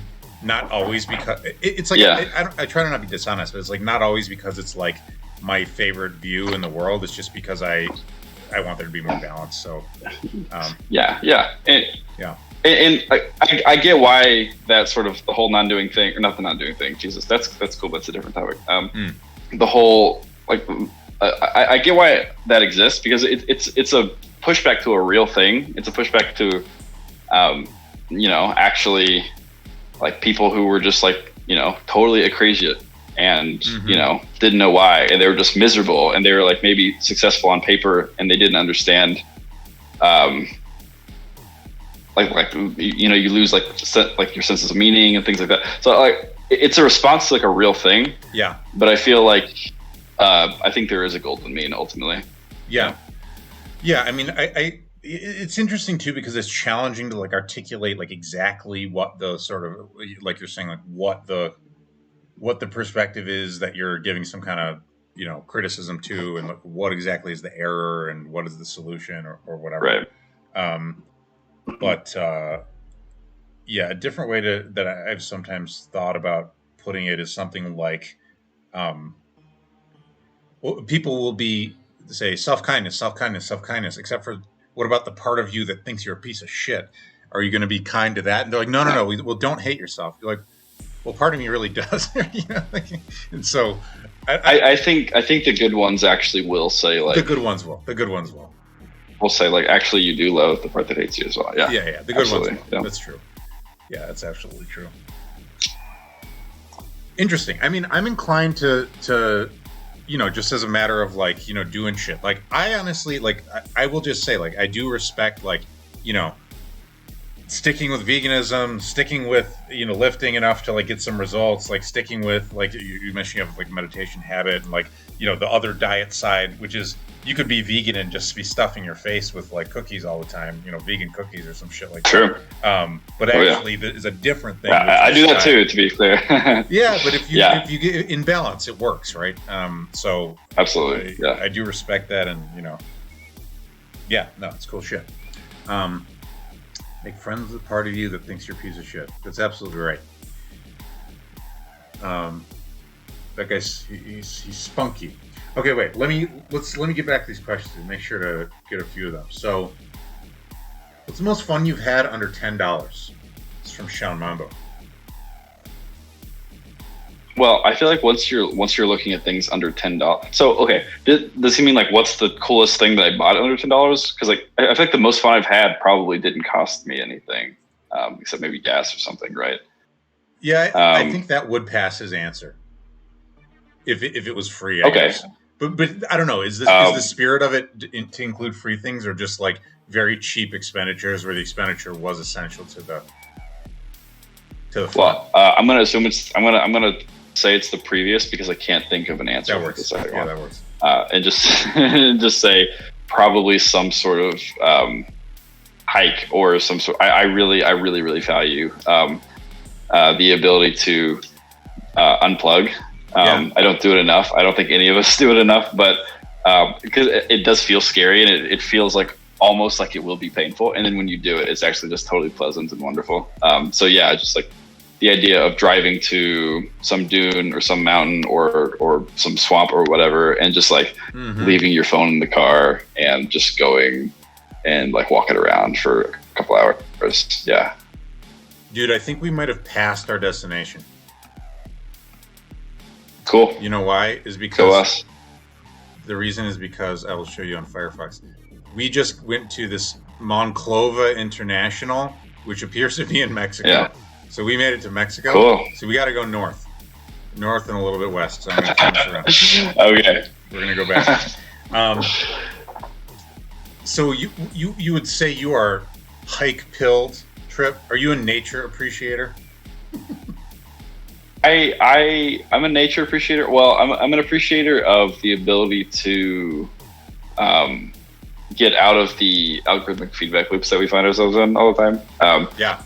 Whether or not, if you can do that outside of nature, God bless you. I can't. I am sun-pilled. I'll tell you that much. Oh yeah. People like to talk all the time about like I very much I do my best to get a little bit of sunlight every day, and I find that it greatly changes how I feel. Because I thought about going to graduate school in Boston or New Jersey, and honest to God, like it wasn't the only thing weighing on my mind, but the idea that I couldn't that it would just be like cloudy and I could get some sunlight every day bothered me. Yeah, so I do think that I've actually looked at this data. I'm gonna pull I'm a stat PhD student for a second and say I've looked at the papers that talk about melanoma research, and it exists and it's fine. It's not as robust as everyone likes to act like it is. There's certainly a correlation, but people act like if you ever enter the sun at all, like as soon as you walk into the sunlight, like there's a ticking time bomb, and like once it hits whatever number of you being in the sun, like throughout your life, you're gonna get skin cancer or something. That doesn't seem to be right. Sonia supposedly, and I'm trying to remember who else. Kiwi, and Nathan Buskal. I don't know if you know him, but on Twitter, were talking to me about Asian sunscreen. Do you use sunscreen? Do you use any special sunscreen, or you just? I really don't. I just kind of go out there. I don't really, at this point, I don't get burned, and so I just don't worry about it. Tan enough. I am as white as a piece of paper by default. I basically in a paper factory, you would never find me. You just see this hair moving around in my shirt, and it just nothing. Yeah. Well, this lighting's not doing me any favors. The lighting's not doing me any favors. I'm not as white as I look. I better buy a fucking lamp for next week. You can tell. Here I am. I'm just but anyway, this Asian sunscreen apparently is has less bad shit in it, because a lot of sunscreens seem to have bad chemicals of some variety in them. Everything has BPA's and stuff in it at this point. I don't know. I feel like you just can't worry about it. There's just so much shit already. Yeah. Everything has BPA's in it. Everything has microplastics in it. Right. You think we should just evolve? Suck it up and evolve. I just don't know what the alternative is. What are you gonna do? Just go. If you have the money, or if you want to live a very non-traditional lifestyle, that's fine. But I think the people that act like you can do that and it doesn't cut into okay, we're gonna be pessimistic again. You can't have it all, right?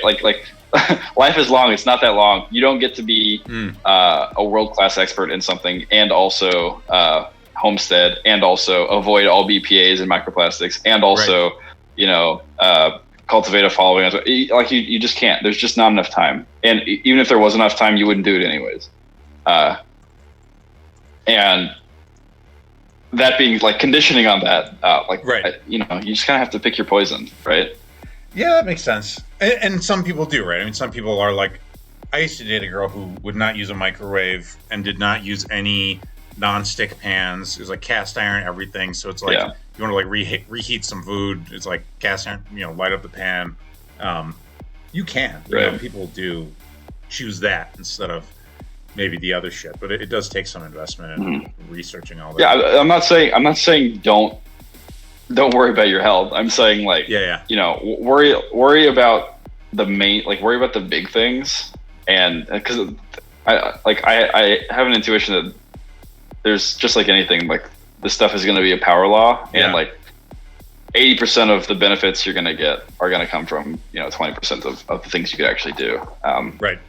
Because, you know, if all you do is prioritize your health and all you do is that kind of thing, you know, sucks to suck, but you won't be a very influential person. You're going to be a really healthy person, and maybe you'll live a long time. Maybe you won't. Maybe you just have shit genetics and you'll die at 65 anyways. Or maybe you just get in a car crash, right? But like that does, like I think it's naive for people to think that you can prioritize that and also do all of these other things you want to do. I wish people were more willing to acknowledge that trade-offs are real. Yeah, on one hand, first of all, this land here looks very cool. It's like divided up into squares. I feel like we must be close to this. Are we over the Rio Grande? Probably. No, we're not. No. Is that a road? No, yeah, no, this is supposed to be a river.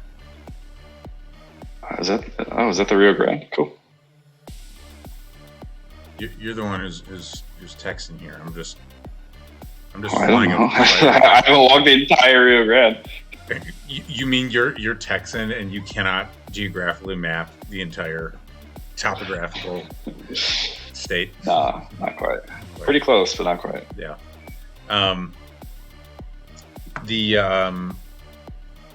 Okay, wait. So we got the most $110 hiking. Oh yeah, ducks. What's up with the ducks? Can we see it? Can you bring a duck inside? It would take me like a couple minutes to go get one. It would be like a 2-minute absence for me to go get a duck. Hold on, we got to get it. But you could do it. That's what I'm asking. Is you could do it? I could. The duck wouldn't be very happy with me if I did that. We're gonna have a poll. No. I'm just gonna say now I'm not gonna grab a duck. Oh. But Tripp. Could we persuade you to get a duck? The duck would be very mad at me, and he would flap around and like probably shit on the carpet. So probably not. Is there any kind of duck? The ducks like to stay outside with all their friends, with all their brothers and sisters. Okay. So on animal humanity grounds, you're gonna veto. That's what I'm hearing? I'm gonna let the ducks, do their thing. All right. Yeah. Oh, yeah. Can you take the laptop to the duck? That's a good proposal by Revolut. I would lose Wi-Fi. I could if I got on my phone. I could. Can you? How would we do this? Yeah. Can you get on your phone on Discord? I can. And then stream. I guess. Yeah, I guess. Can we please do that? Okay, I guess I could. Okay. How am I going to do this? I guess I'll disconnect and then reconnect from my phone and then walk us out there. Yeah, sounds good. I'll keep an eye on the thing and I'll do it. Let me disconnect Bluetooth here. All right, this is going to be a Philosophers on Twitch playing Flight Sim first. That's true. We have not had ducks on the stream ever. Quacks in the chat. Quacks in the chat. This is some funny shit. All right, I'm on my mobile. Okay. Yeah, I don't have video quite yet. I know it'll come. Okay. All right.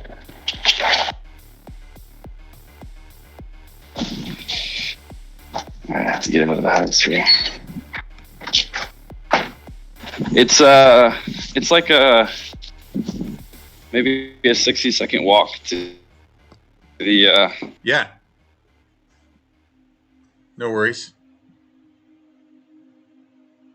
Do you think a duck's tongue is soft? Says Lithros. I've never thought about such a strange thing. It's probably like a 60-second walk to the pond. So ask me a question while I walk. Yeah. Are these your ducks, personally? They are. It's. They're not legally my ducks, but they're my ducks. You know what I mean? I guess so. They're technically public ducks, but they're my ducks. I raised them from birth, and I feed them, and like I supply the duck. You're like the duck guardian. Yeah, I'm the duck supervisor. Duck supervisor, cool. Yeah. Do you think that taking care of ducks is displacing your desire to have human children? If anything, it's strengthening it, to be honest. I feel much more paternal than ever before. That could be because I'm 24, or it could be because there's a dog holding me. That's very cute.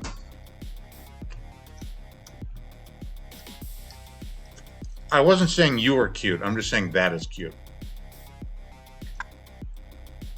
You can say I'm cute. That's okay. Thanks, man. Malty is saying things like ducky daddy and aw. And okay, how do I flip the camera? How do I flip the camera? Hold on. Ducky daddy. Oh, there it is. All right, do you see my camera? No. You don't? I'm streaming. I did a second ago. Oh, yeah. Oh, yeah. We got a duck. There's just going to be a big gray screen here. But that's okay. Holy shit. Yeah. We got ducks, ladies and gentlemen. Duck food. We got ducks. Come here, guys. Quacks in the chat. They'll start coming. Watch this. It's crazy. Oh, my God. There they are. Oh, my God. This is the most number of beings we've had on Philosophers on Twitch playing Flight Sim ever. We just shattered the record. Look at it. It's egregious. It's like some sort of Lovecraftian shape. I don't like the way it looks. But when you say this is Harry. Harry's the big boss. Oh my God. Yeah. We're just gonna scatter this food and let them do their thing. Chat. We have fed the ducks. We fed the ducks. This one right here, the little white guy. Yeah. He's my favorite because he's white. Special. Oh, but yeah, because we stan a pure blood duck. Why do you like him? Is he cute or what? He's just very friendly. And then this is Harry. Harry's the OG. He's an old guy. I've lived in this house for 5 years. He's the only one that's still fucking alive from from the original thing. But all right, those are the ducks. Tripp, that was awesome. That was awesome, Tripp. Thank you for showing us the ducks. Of course. All right. I'm so glad we found a solution that worked for you and for us. Okay. Give me another question while I walk. Yeah, totally. Let me. I'm just adjusting my little stream square for optimal me not being OCD. But God help me if I ever have to make this be perfect. Let's ask Tripp a question. Someone said happiness as a... Oh, no, here's a better question. Ollie Careful asks, why are you a face account and not a cartoon? And I guess I can add my version to this. You were Anon, and then you became non-Anon. What was the thought process of that? Yeah, so the people who are close to me, or were close to me at the time, definitely can attest to the fact that I kind of went back and forth on that for a long time. Yeah. I wasn't really sure. Because, the thing is, when you are a face account, people treat you differently. And that, not in the with better or worse, you're just sort of treated differently. That's true. I like the ability to sort of try on different masks that being anonymous gave me, but I like the fact that people... I feel more connected to people whose face I know, and I think others do as well. Yeah. So I think and I also noticed, unrelated, I think my account got a lot bigger when I put my real face in the avatar. Yeah. I went from a couple hundred to 700. I've gained 200 followers in the past 2 weeks. But, yeah. Yeah, that's pretty good. It's I don't know. I've never I do have an alt. I don't really use it that much, but I do think people treat you differently. Sometimes they persecute you for using your real face. Um, you know, that's just how it is. Yeah, I don't know. It's different. I don't know if I regret it or not. I think it's been a wash ultimately. I am. I don't know if Zachary is still here, but I'm in the progress of having a new avatar designed for me. So. Yeah. Cool. I've struggled with the picture because I used pictures for a while, and I liked my mustache pick, but then I didn't have a mustache, and I didn't really like my non-mustache pick. So now I'm Keanu Reeves. What are you doing with What are you doing with Keanu? What's going on with that? I just kind of like the vibe. Honestly, I feel a little bit more protected, basically, in a small way, or in the sense of I do tweet differently if I don't have my face, even though my name is right on there, and even though I show my face constantly in terms of Twitch or whatever. Right. Something about it, I just feel like I can bullshit a little more. And that might be bad. It could be that I'm bullshit. I'm feeling safe bullshitting, but later I'm going to put my face back on. Then I'm going to have all these tweets where I don't know, or something. But no. Yeah, you do get to try on sort of different masks when you have a different avatar. Yeah, for sure. Yeah. Feels different. Yeah, feels different. It's a net neutral. I think. I think I'm probably ultimately. I think I'm probably glad that I don't know whether or not it's good that my face is my profile picture, but I'm glad people know what I look like now. Mm-hmm. Just because I think people feel much more connected to you when you do have right, when they do know what you look like. They know who you are. That's true. Which is not to say that a non-account cannot have a very distinct type of charisma. I think some people use that very well. Sort of producing a vibe that kind of aligns with that.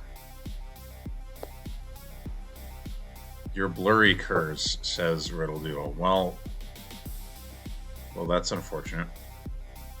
I think we're gonna have to teleport to this place because I don't know whether we've gotten there or not. I feel like we probably did.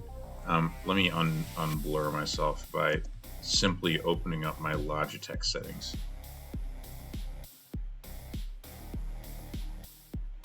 Tripp, did we lose you? No. Oh no, you're coming back. He's coming back. Hi. Hello. Hey, what's up? Is my mic worse now? Yes, it is worse. Slightly. Yeah. Okay. I will fix the. There we go. There's my focus is better. Just at me, Kurz. I'm right here. Haha. What did Lithros say? People want to troubleshoot me. Listen, okay, I'm a zoomer. Anam, Tripp showed us ducks. But there will definitely be ducks in the recording. I might even clip out the duck section just because it's cute, and post that. I might just have to do that. Back to the question list.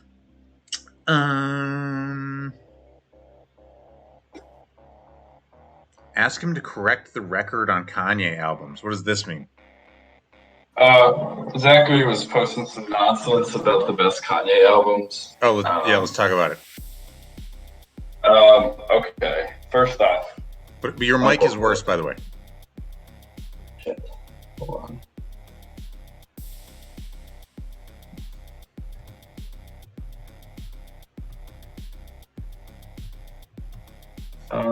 Should be better now. Is it better? No, it's worse again. I think it's a little better. Can you hear me? I can hear you. Can you hear me? Blah, blah, blah, blah, blah. I-E-O-U. Blah. Hello? Hold on. Someone... Oh. Do I gotta message him? Okay, try again. Yeah, can you hear me? Yeah, okay, there we go. You hear me? Yes. Wave to you on Discord. Can you not hear me? Bro. Hello? I hear you. I hear you. Okay, Can you okay. hear me? Yes, I can. We both hear each other. Yeah, why are you acting like this? Why am I acting like this? You started this shit. You've been hearing me the whole time? Yes!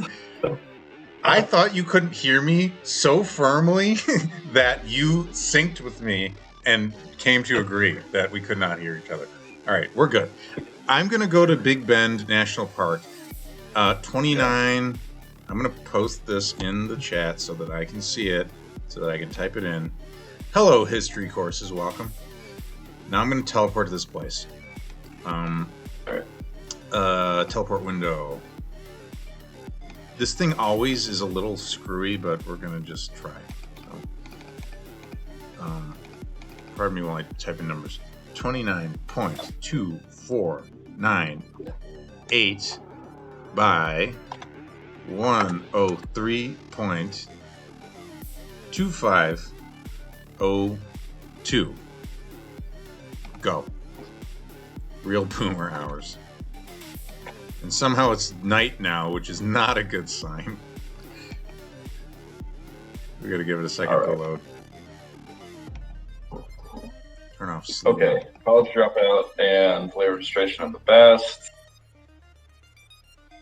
Probably followed by Life of Pablo.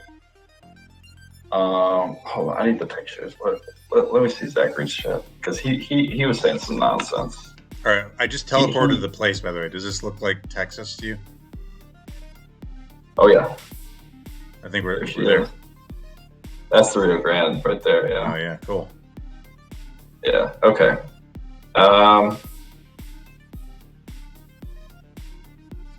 Okay, here we go. Yeah. So do you have any strong opinions, Kersey, about, are you a Kanye guy? I am a Kanye guy.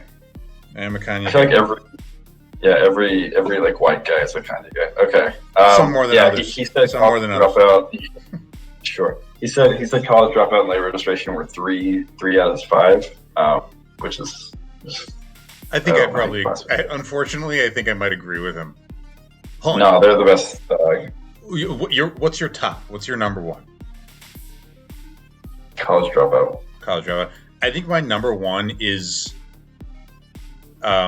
Unless you're including Kids See Ghosts, but I'm not. That's kind of a collab album. So, putting Kids See Ghosts near the top. It has like one good song.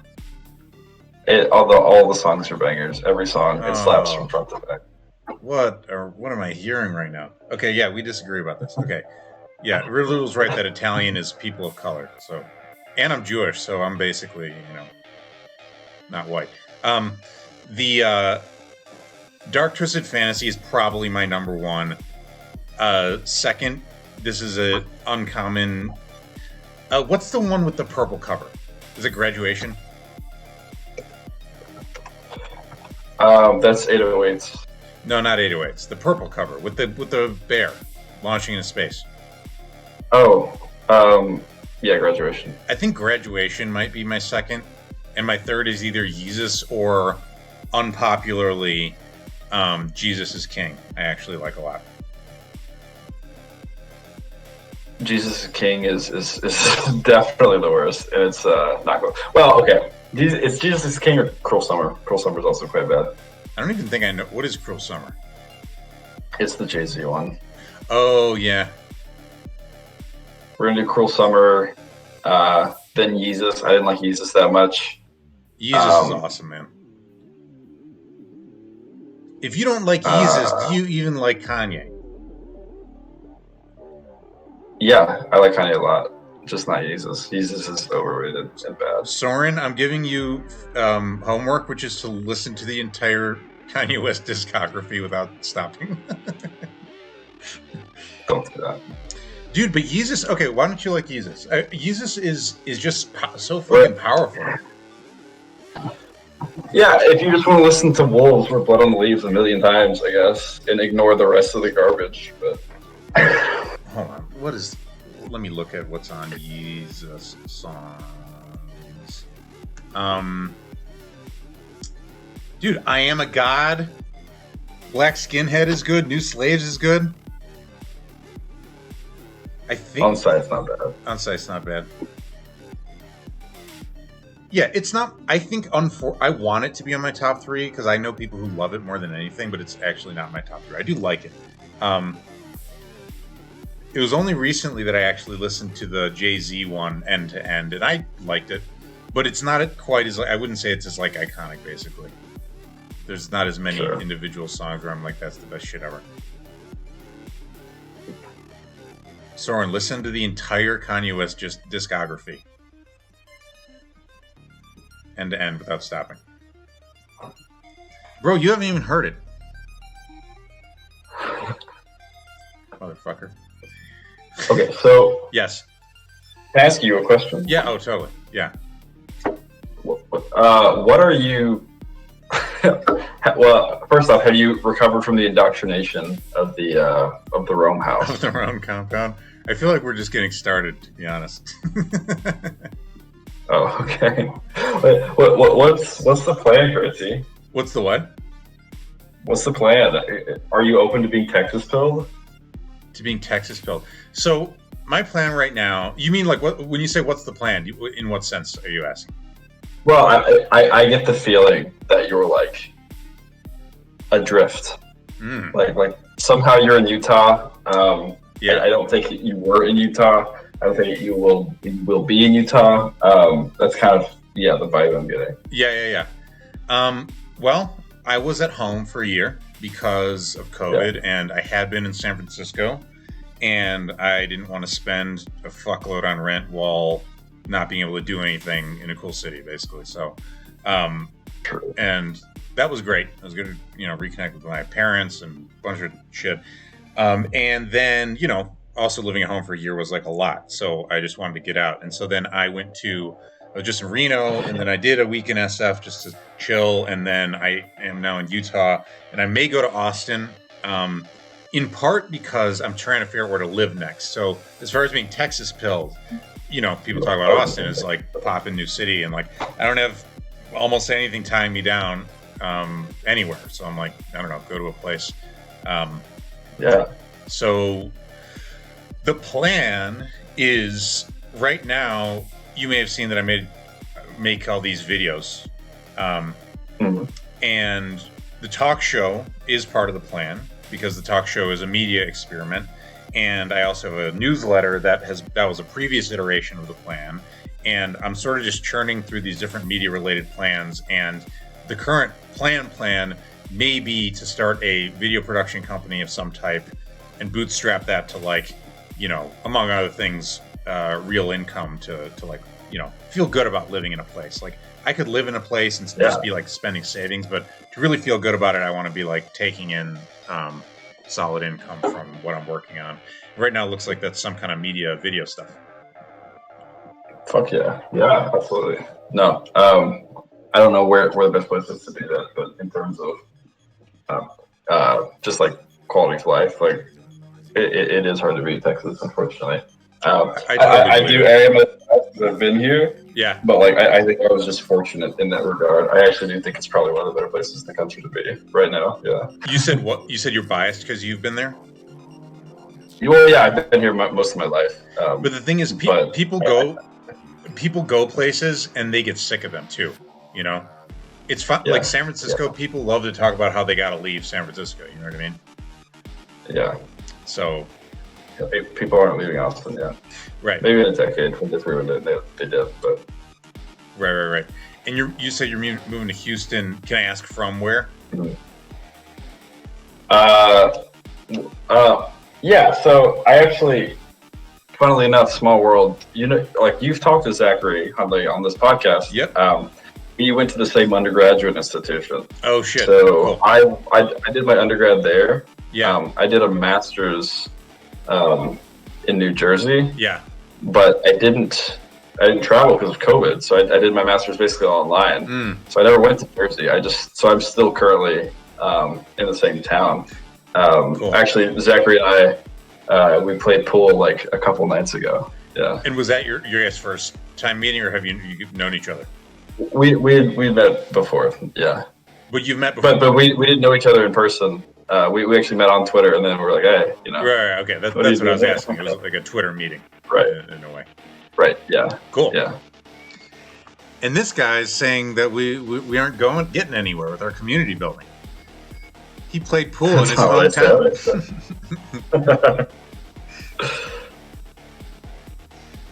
True, Soren. All the don't California my Texas. Isn't that what they say? Yeah, and honestly, I'm inclined to agree. I hope nobody Californians or Texas. California's a real piece of shit. For how awesome it is, it's such a piece of shit, and for how much potential it is. True. I do have a place in my heart for it because I lived there for a long time, but yeah.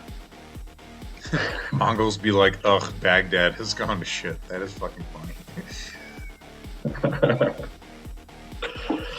Let me open up this thread. Diet, boring. Fun.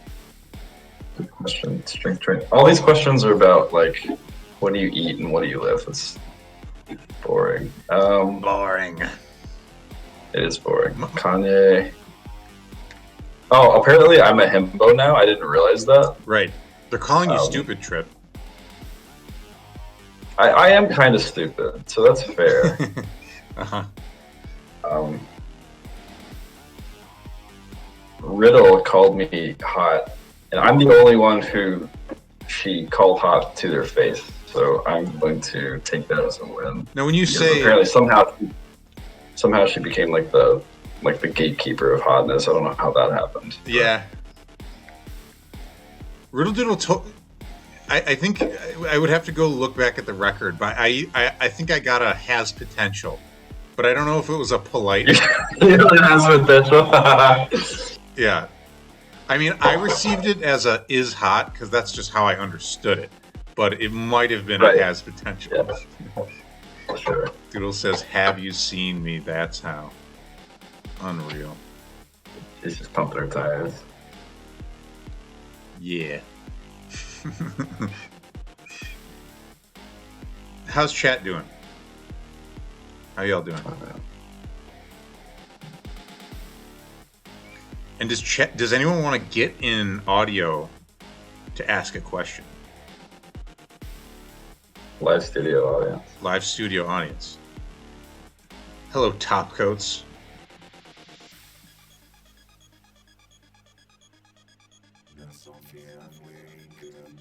History courses went to the shooting range tonight. Cool. What'd you shoot, buddy? I think you should. True.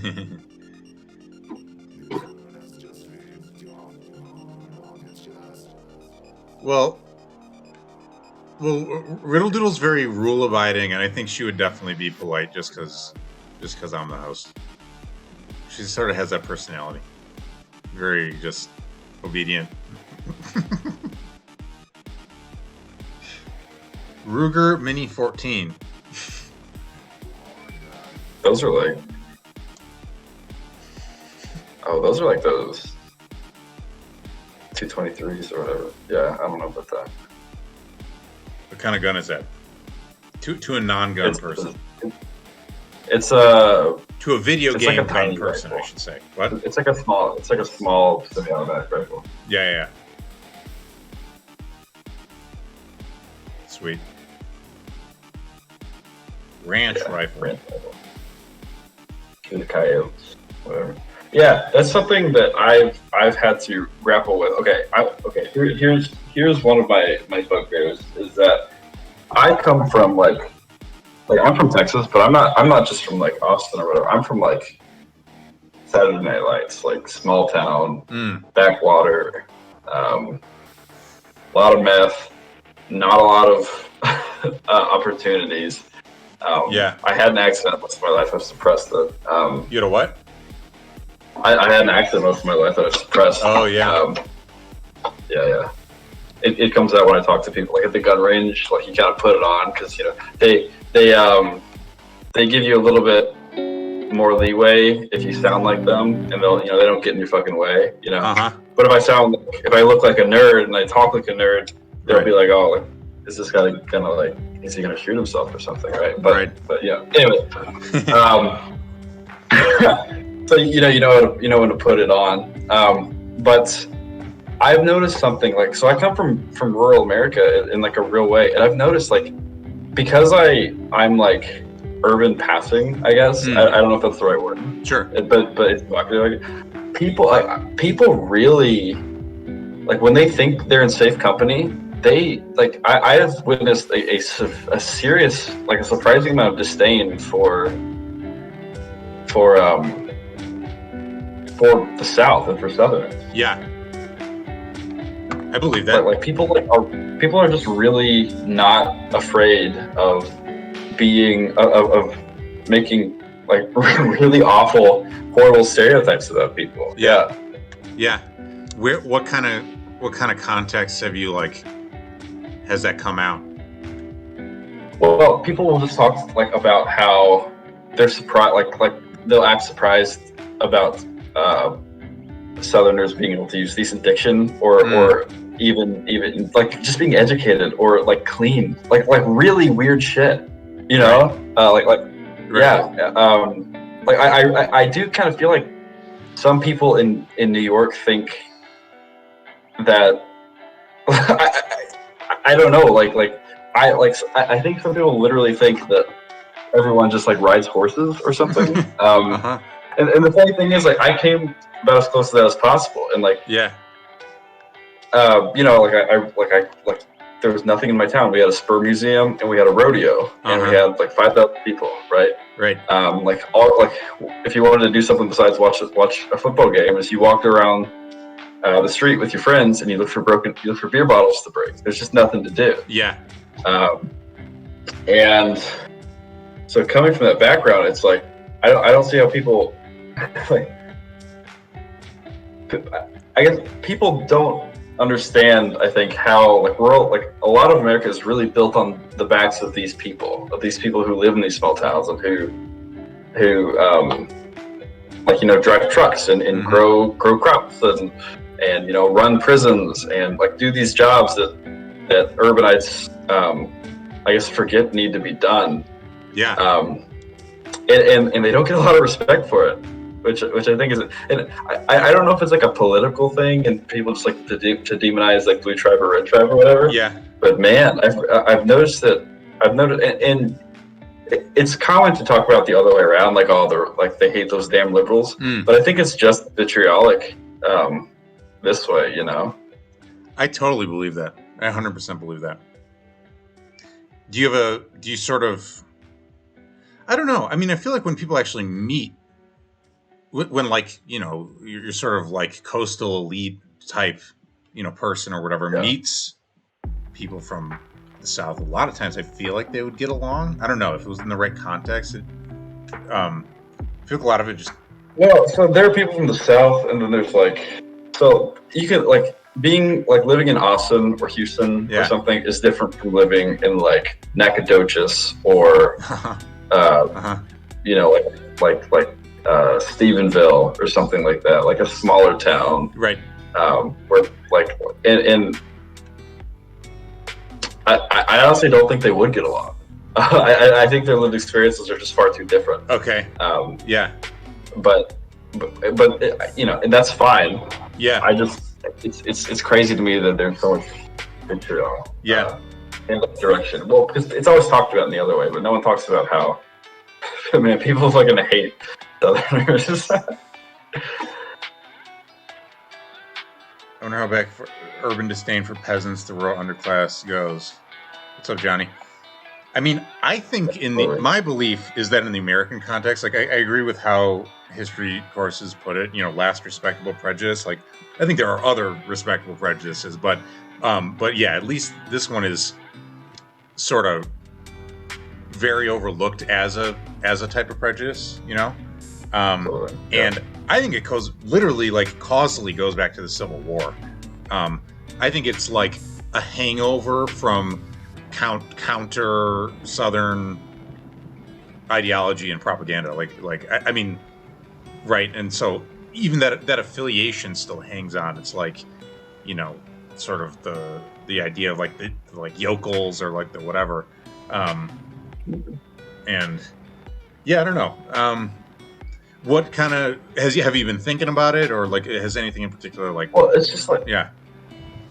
No, I don't have any particular like message I'm trying to push. I guess it's just like people like the people who go to Walmart and who eat shitty food and who like live like drive trucks and do this and do that and do these sorts of things like they are in a non-trivial way like the backbone of the country, right?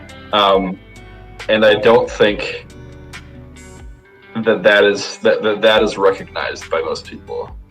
Yeah, I just think that it's just strange to me. I don't know like whether or not that's good or bad or whatever. It's probably bad.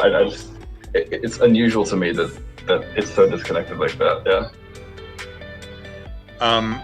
We're talking about pretty much like anti-Southerner bias, something like that. I don't know if there's what the term would be. Luther says, I feel like people made the same arguments in ancient Rome. I mean, the idea of like the Southern gentleman, here's an example. Like the idea of the Southern gentleman, like and this type of shit going back to like Jefferson, right? Of the aristocratic South, I think is definitely that image has changed and everything got super politicized, right? It's like, what's the closest thing you can think of? It's like there's like country celebrities could be considered like a type of like thing, but like big. The only thing you'll hear about is like big like super PAC funding, like Koch brothers type figures. And I don't know. I guess I feel like there is like a major rift in the sort of fabric. Well, I guess what I'm more trying to say is, obviously, I think that this thing exists both ways. The one is just much more visible, right? These people are sort of invisible culturally. Because I nowadays I exist in very affluent, very rich, very prestigious spaces. Yeah. I'm in big cities, and I'm at a fancy school, and I'm doing a prestigious degree, and I talk to fancy people with lots of money. Yeah. And those people, I knew about those people. I knew how those people thought. I knew how those people acted. I knew lots about those people. Yeah. When I was in a small town growing up, I don't think those people know anything about. I don't think it's mutual information, if that makes sense. Where do you get the? Where do you get the information? In the direction you do get, like when you're saying you knew about those people, is that like from the culture, like from TV? Like where is the differential? It's just from the culture. It's just from the culture. I knew their politics. Yeah. I knew their I knew their politics. I knew where they lived. I knew what they ate and like how their families were structured and what their values were. Like I knew all these things, even if they weren't the same as mine. Yeah. I really don't think that that's true the other way around. I think like a caricature of it could be true, but not like a real one. Yeah. Yeah, it's interesting.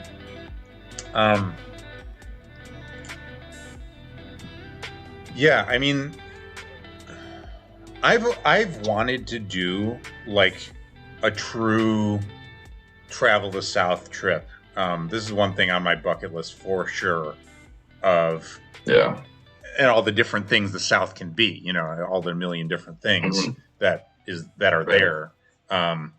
And I've wanted to do it. I mean, I do feel like one connection I had to this is like growing up, we had some friends from Ohio, and it's like Ohio's not the South, but it is a red state, and there are some differences, right? And it was the difference between, they had a military dad, and the mom worked at a Christian charity, and you could tell, you know what I mean? It's like you could tell. And that was like a little bit of a connection, like seeing them every few summers and just kind of like being around, and that led to some faux pas. Like I remember being, dumbass little 9-year-old or whatever, and like making some comment that's like kind of too sharp, kind of like, like if I grew up in the country, I'd kill myself, like some stupid shit you might say as a kid, and like suddenly feeling like a whole lot of shame because like I could tell something was wrong, that I'd fucked up, that there was some kind of real divide here, but like, you don't know.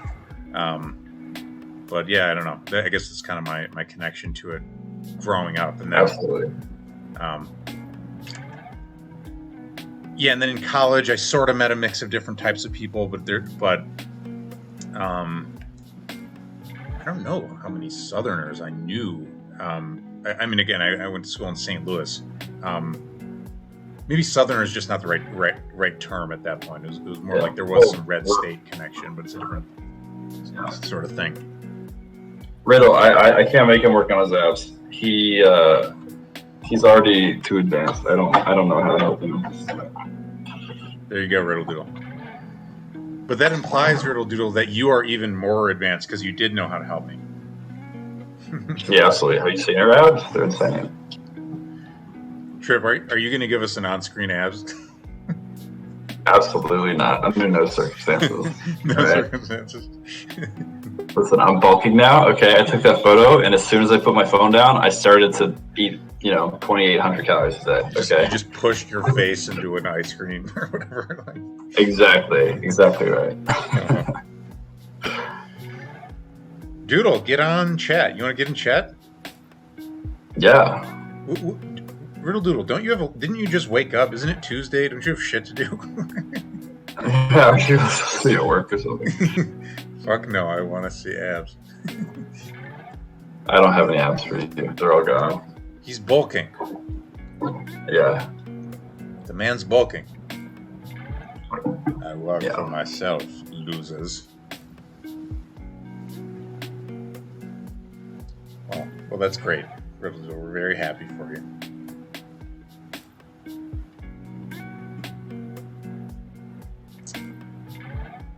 Let's talk. How long have you been on?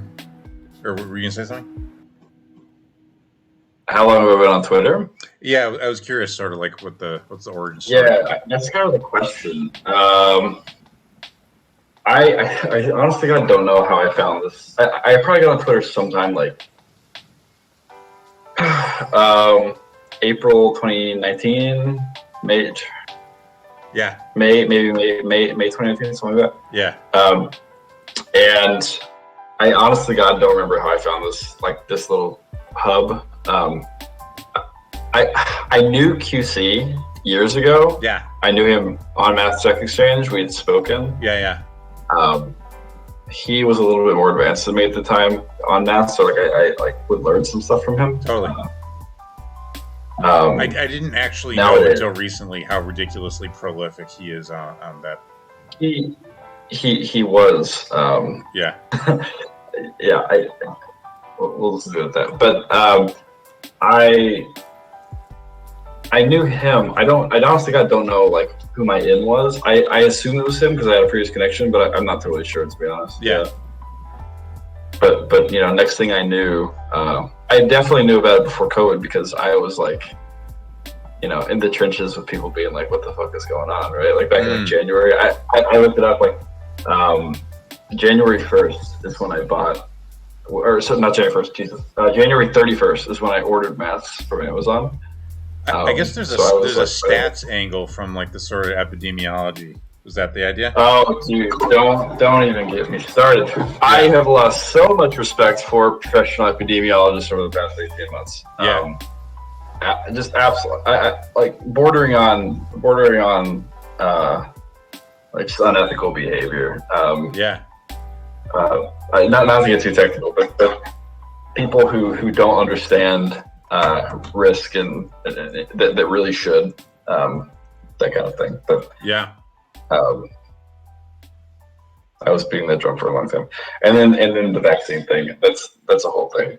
I think now we have pretty good evidence to suggest that getting vaccinated is fine. Mm-hmm. But at first, after the vaccines came out, I didn't really understand. If you're talking from an individual level, at the time we had pretty good evidence that COVID probably was fine if you contracted it, and we just didn't have much evidence about the vaccines yet. And so at the time, I was making the argument that it was completely rational to not get vaccinated. And now I think that's probably shifted. Mm-hmm. But it's so crazy how if you give any sort of contrarian take, people assume you're right wing. Right. Have you noticed that? It doesn't matter what it doesn't matter what it is. If you're sort of breaking with like the sort of status quo or the default, people assume you're right wing, which is really weird. At least on certain topics. Yeah, like there's 100% like a vaccine orthodoxy that like I'm even hesitating to comment on because I'm like, could I get fucking Twitch, railed for opining wrongly and spreading radical, fanatical, misinformation. I'm like, to be clear, as of July 20th, I do think that the evidence suggests that you should be getting vaccinated. But back in March or something, right? I think it was less clear. But I don't have as much of an object level opinion. I just like, it was interesting because I had friends who were, very vax hesitant, and I still have a few who have not gotten vaccinated and I think don't intend to. And I think I'm pretty into a lot of the contrarian shit. Like, I think that the world is a goddamn mess and a lot of these, like, institutions are rotten and just no one knows what the fuck's going on and things happen for the wrong reasons. Yeah. Somehow this never turned into, like, a specific hesitation on vaccines for me. And I don't know what it is dispositionally that went to that. I can't comment on that. I will say, though, the more highly educated I become, the more skeptical I become of these institutions in general. And the more it feels like the emperor has no clothes, absolutely. I think you can find good people, but I think as a whole, just like any of these bureaucracies, you start to run into map territory problems, and you start to run into people optimizing for incentives instead of what the incentives were meant to be gesturing towards, Totally. At least in science. I see this a lot because I'm connected tangentially to medical research. Yeah. And like cancer research and neuroscience. Yeah. And the incentive alignment there is just it's one of those things, like, if only you knew how bad things were. It really is worse than that.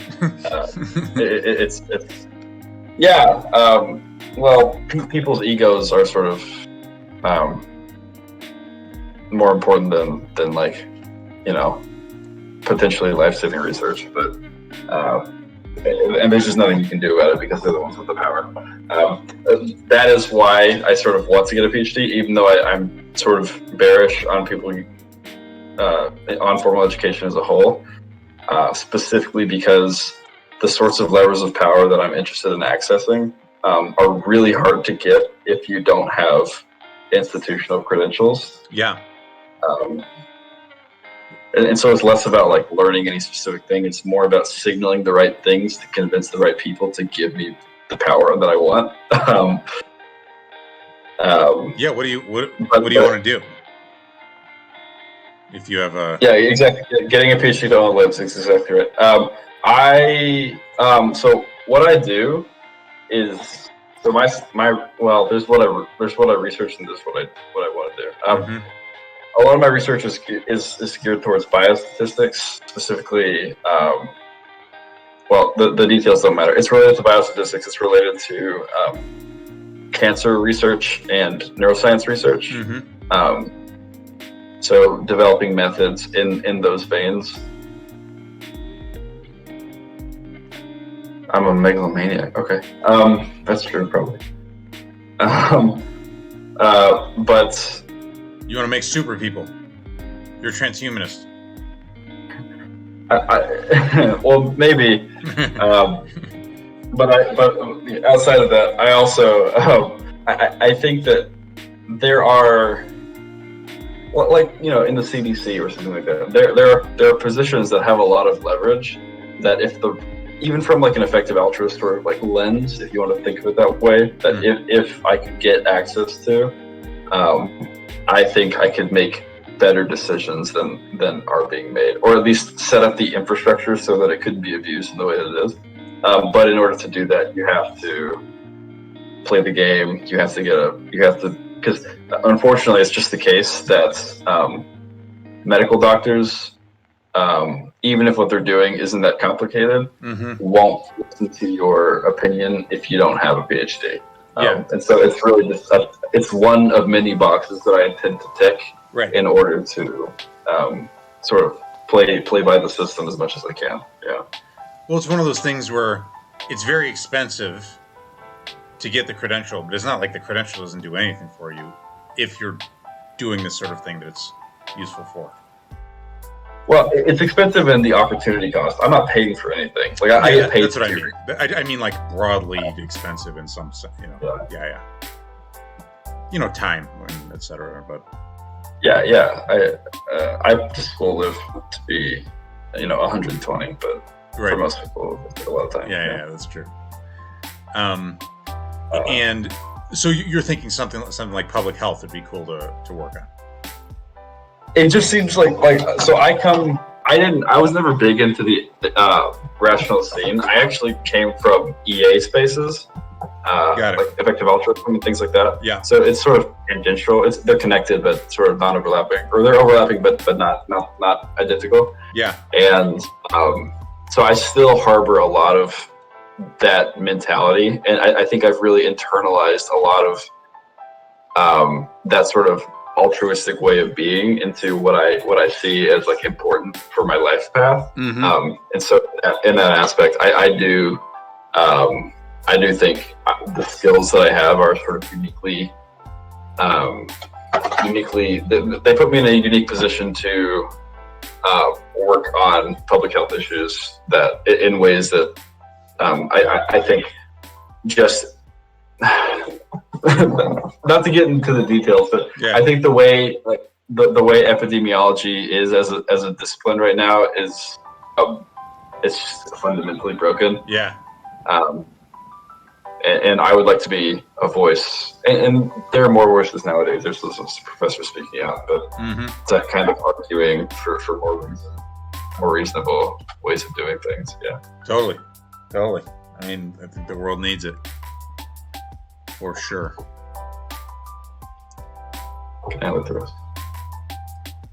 Welcome back, Bungo.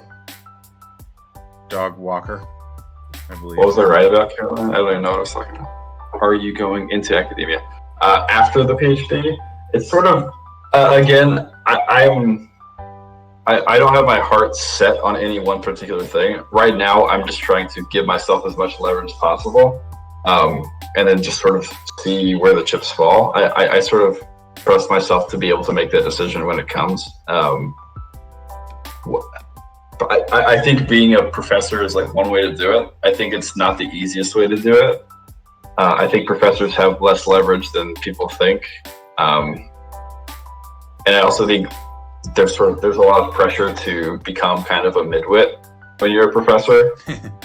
And I would like to not do that if I didn't have to. So it's an option, but I don't right now, and I still have like 3 years. Right now, I don't see it as the most effective or the easiest option. Yeah.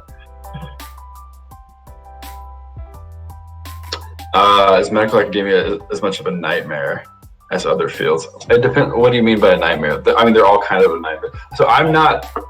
I'm kind of not technically in a college of medicine. I just work with them. So am I going to doctor myself? No. I'm at a university and then I also work with research, with like medical research institutions, but they're not the same thing. So I don't see a lot of like that side of it. I'm not directly exposed to it. I've seen it. Medicine seems super hierarchical. Yeah, medicine is very hierarchical. It's just sort of like, it's like law. And the problem is, okay, I'm going to tie this into dating somehow, because I guess it's like my brand nowadays. I think that I'm going to be living really close to some of the biggest medical schools in the country. And so in terms of my dating market, there's going to be a lot of med students.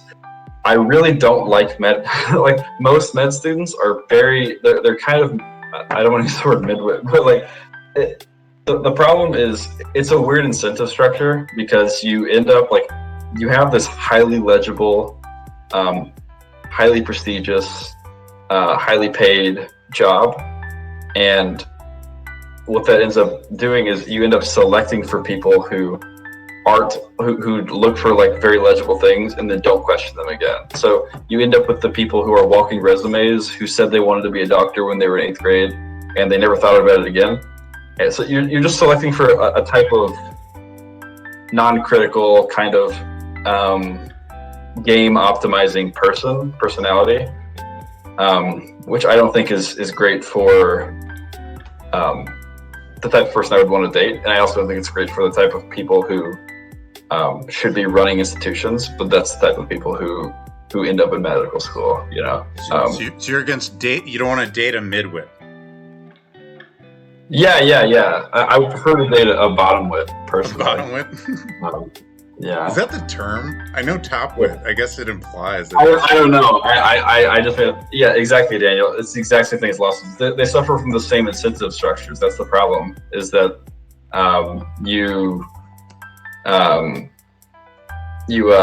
like they're both highly legible. They're both highly socially prestigious. They're both like there's a clear path to how to achieve them. You follow these institutional steps, and you bam. And so you end up selecting for people who are basically walking resumes. Yeah. Riddle is asking me to ask you about your dating preferences. Do you have dating preferences? I feel like I bear. Oh, that's not true. Well, we're not talking about me. What are your dating preferences? She's bored. She doesn't want to talk about academia. Riddle Doodle literally is texting me to whine, by the way. I just want to let everybody know that she texted me to complain about like how she's bored or something. But I feel like that's a Doodle problem. But Tripp, I do want to hear about the dating preferences. Curses on normal. I don't even know what that is, man. Dating preferences. So something I've noticed over the years is like the more I who's texting me? The more like the older I get, the higher my standards I feel like end up being. I don't particularly have.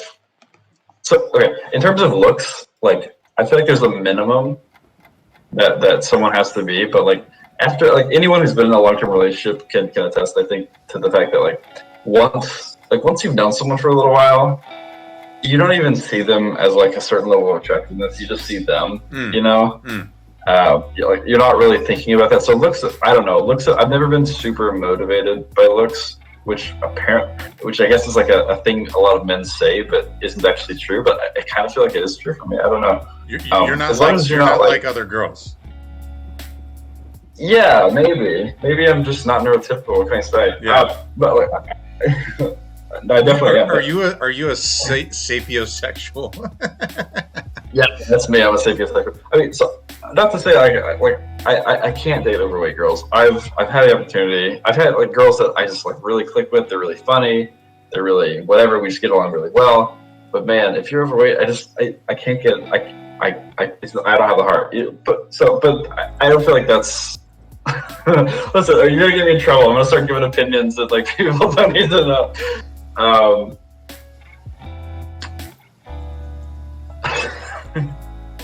Listen, Riddle, if you want to ask me a specific question, I'll give it to you. I'm not about to start riffing and get myself in trouble by saying something that I shouldn't say. No, wait. I wanted to hear your degenerate opinions. You were saying something about overweight girls, and I wanted to hear it. No. All I said was I don't think I could. I've had the opportunity. I can't date. Okay. People who are overweight. Like a little. You also I really can't.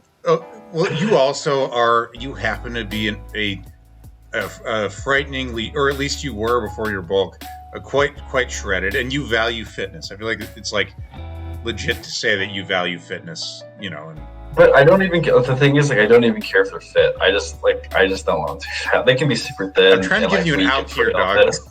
I know, but I'm not taking it. I don't even here. care for fit. They can never go like that. I don't give a shit. Like my ex, she was like, 100 pounds soaking wet, super thin, never touched the weight in her life. Didn't bother me at all. Yeah, got it. Yeah, so like that's really if out of all the deal breakers, like physically, I think that's the only one. Like Yeah, race, hair color, whatever. Whatever. I don't care. All good. yeah. All good. I love them. Okay, but what are their preferences? Is it just as long as they're not overweight, or? I don't know. So I know that's like a joke at this point that I always bring up my ex, but it's relevant. I promise. Yeah. She was a machine learning engineer, and so I did a lot. So our fields kind of overlapped a lot, Yeah. and I ended up helping her a lot with her work. Lots of helping with like neural networks or whatever, like with the math, like doing the coding. I was doing a lot of that, and I really disliked it. I think I need some girl. I spend so much time doing math. I think I would like to come home and talk about something else. Dude, I totally get that. sense. I totally get that. Yeah. I have dated girls where we were kind of working on the same sorts of shit, and it was a lot. Yeah. Like it was just a lot. Yeah. I totally get the desire to like have it be different in a different context. It's like we don't have to be like fucking allies in the career thing in that way, is my opinion. I mean,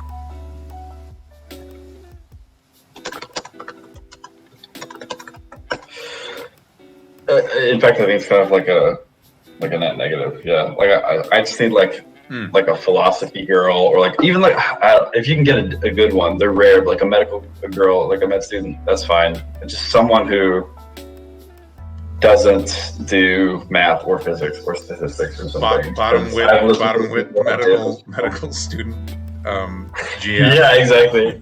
that feel with no bottom wit medical student GL. Yeah. What is this doodle said? Listen, that's why I'm trying to help y'all steal a stream away from nerd shit. You're welcome. I don't even know what you're saying. I don't even know what you're saying. I feel like Doodle is just jealous that she's not on the stream, but she won't get on the stream. I've invited her to get on the audio. She's a coward. Everyone knows the Doodle's a coward. Okay.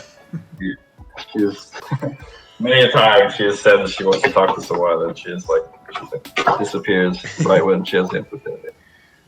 Okay, let's see. Let's get some spicy takes. Do you have any spicy takes?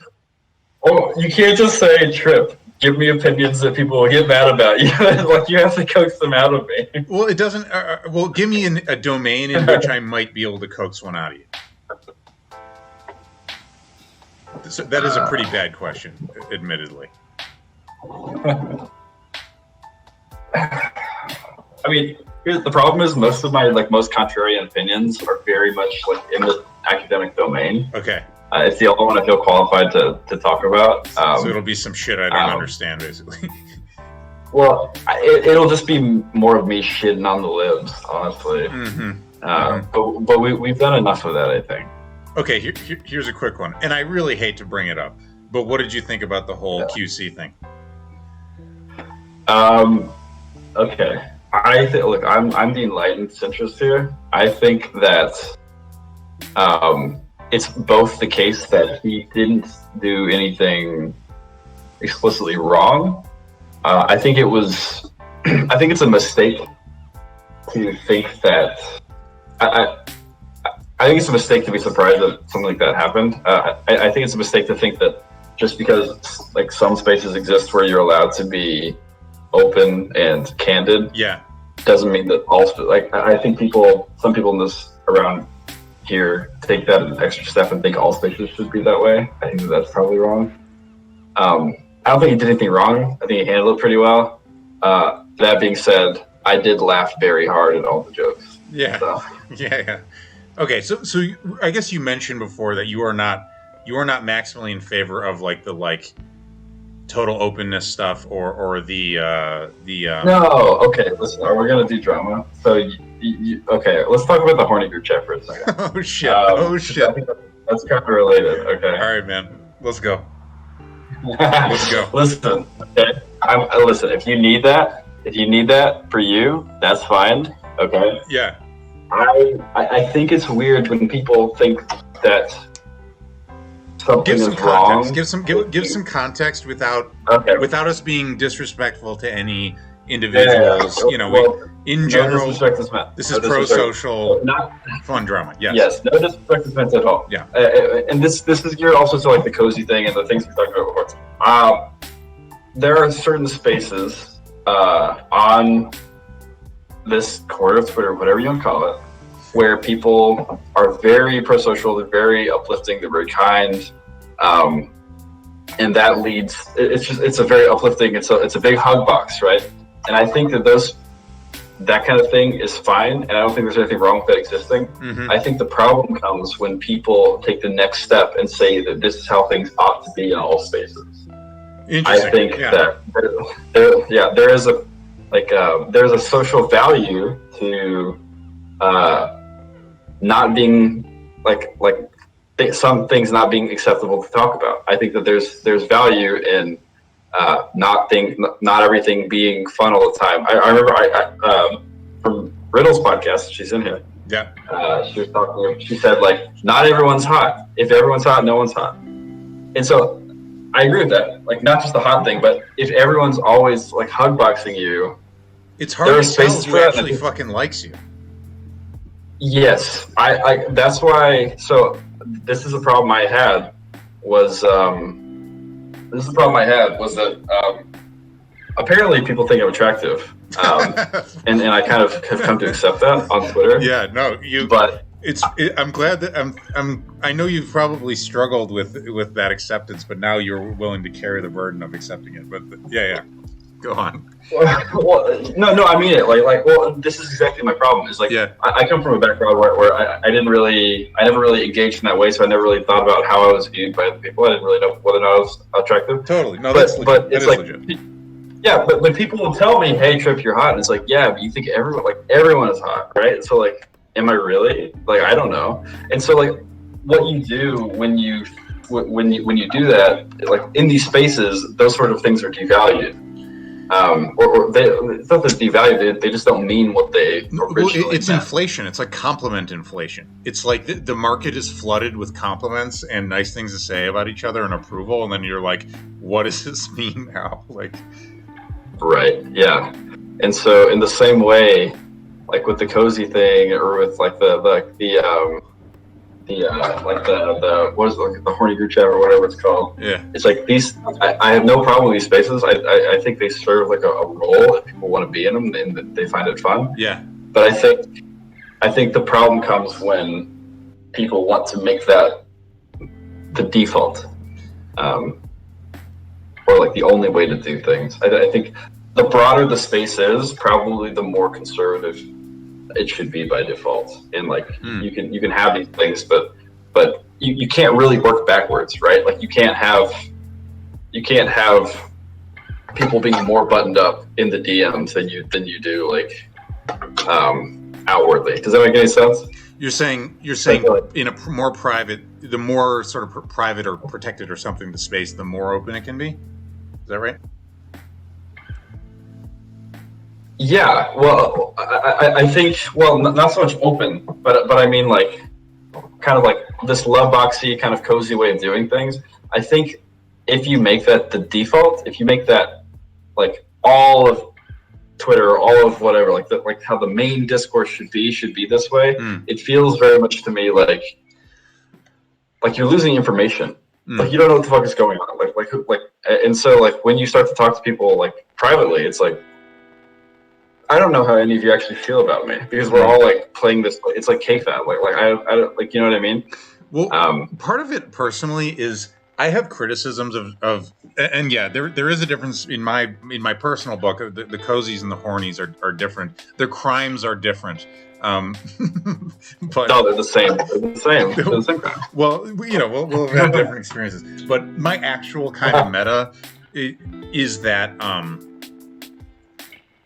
I have whatever specific criticisms, but I also think it's partially a matchmaking problem in the sense that there are people who want to, like you're saying, be hug boxy all the time and just doing it with each other. Maybe they should with each other, you know, and maybe that's not that bad if it's with each other. That's sort of my thing. Yeah, true. Yeah. Why did you leave the horny group chat? Tripp? Me? Yeah. Why may I ask? If it's shareable, well, just on a personal level. I think like the whole idea of like flirting with a bunch of people at once, it's just distasteful to me. It's not my my aesthetic, I guess. Yeah.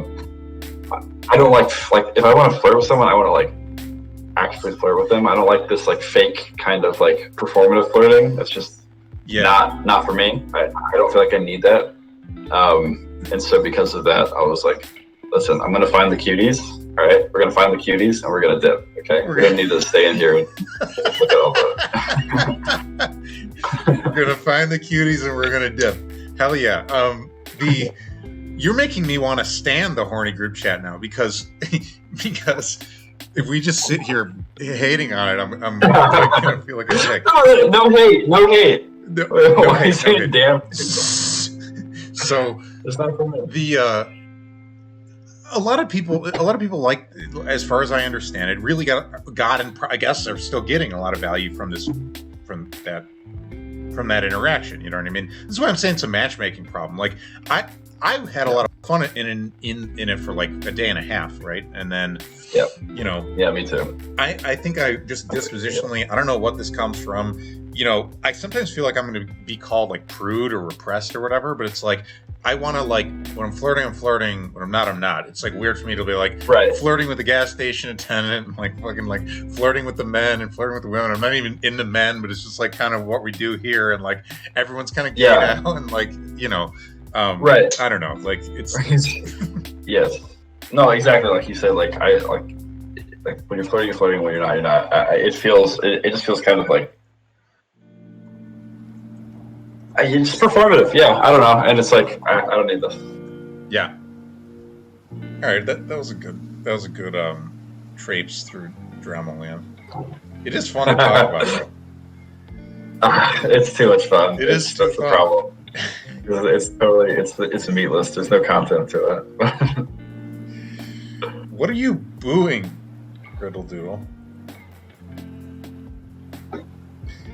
Cave of Wonders is not convinced that Twitter supports group chats. Bro, I hope they give you group chat functionality someday. It's pretty cool.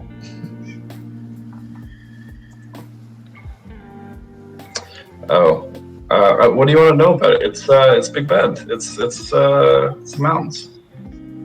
It's right by Mexico. It's cool. We want to give you like the Native American history about the like a fable. I don't have that. I'm sorry. It's my favorite place in the world because I've had a lot of like really good experiences there. I have hiked most of that place. I've stepped into the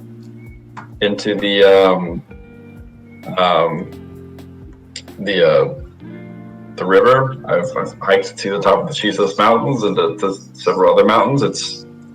It's stunningly gorgeous. I've been there a couple of times. It's a long drive and it's through a lot of like to get there. It's one of the most isolated places in the country. To get there, you just drive through hours of salt flats. It's just completely flat, and then all of a sudden you show up and there's just this bluff of mountains. But yeah, I don't know what Ray wants me to tell her. Like, it's important to me, like on a personal level, but I don't have like a fable or something, like the history of the mountain.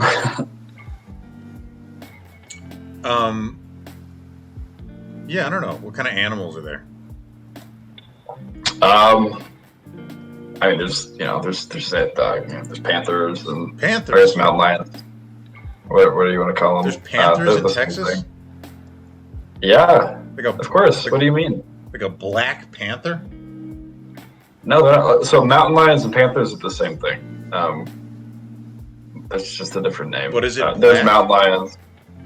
No, they're tan because it's the desert. Why'd you call it a panther if it's not black? They're the same thing.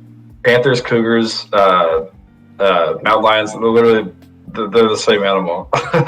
No, they're not. Hold on a second. Okay. Have you seen the Jungle Book? Isn't there a panther in the Jungle Book? Aren't panthers a jungle animal? Yeah, dude. Why not? No. I'm asking. I think it's a jaguar. No, I think panthers are black jaguars. I think that's a jaguar with like a melanin thing. A black jaguar? What's a leopard? I think. Dude, I don't know, man. Listen. Okay. Hold on a second. The only cheetah, leopard, panther. Those are different. Yes. No. You don't just say yes. This isn't like yes, honey. I want to get your opinion on this.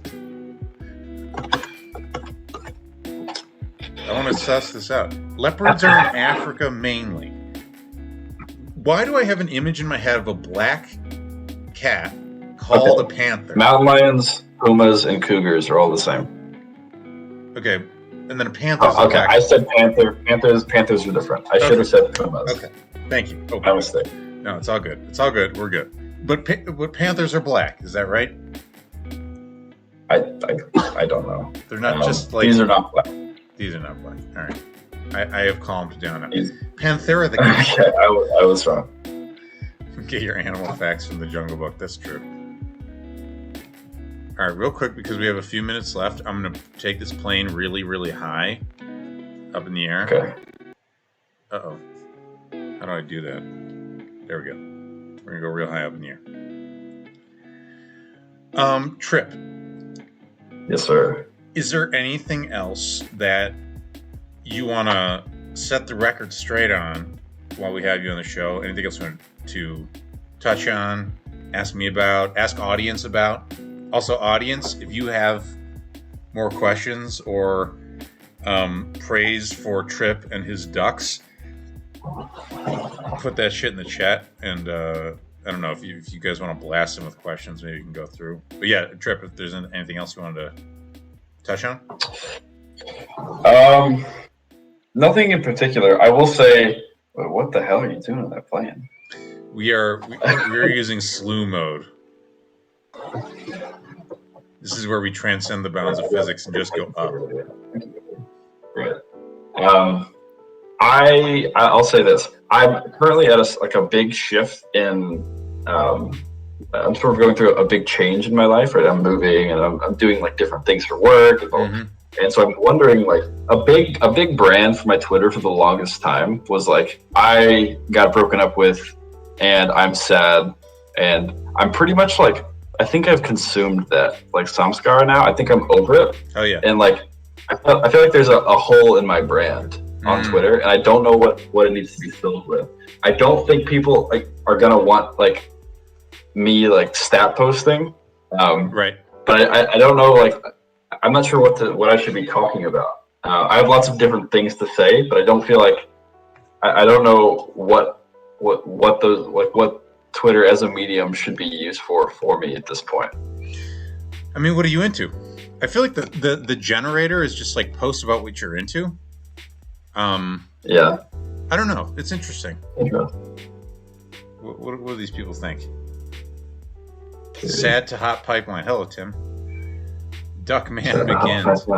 I think more duck content. If you just flood the TL with duck content. They're deleting fleets though. That's where I put all my duck videos. Just tweet them. Just tweet duck videos and stuff. Like, who can say no to that shit? The ducks. But that's the thing is I'm about to move. You're moving, so I'm gonna leave the ducks behind. By the way, you can check out how beautiful this world looks. Get some space. Wow. You know, some kind of like Aurora shit or whatever. Very Jeff Bezos. Yeah. Hell yeah. All right, now I'm going to turn off slew mode and fall out of the sky. All right. Riddle, did you miss the ducks?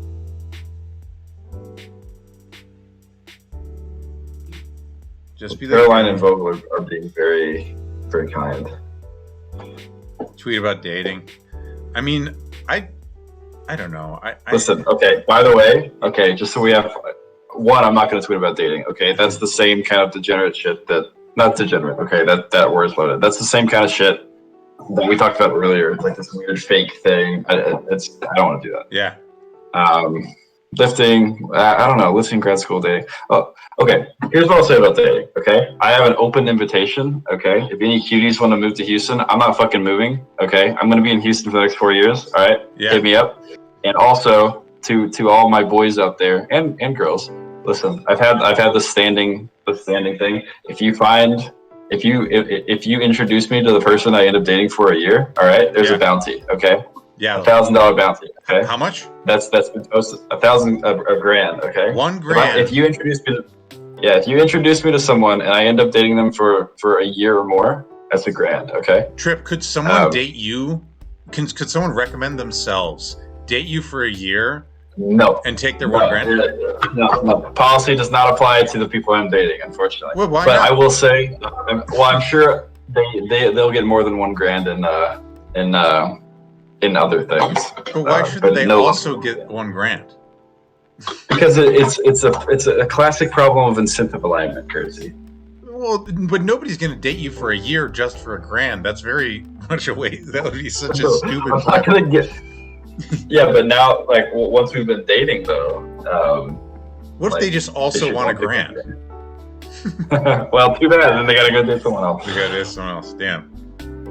Yeah, more than $1 grand in date. Okay, I just wanted to clarify the edge case, but you were saying $1 grand for the date for 1 year referral. Cuties in Houston hit you up. You're gonna be there for 4 years, no fucking around. And what else were you saying? No fucking around. Okay. That I was just clear. But as far as like posting about like dates, like I'm not against feels posting on Twitter, but I think I've like mostly. I think I felt most of the feels, you know. Yeah, man. Totally.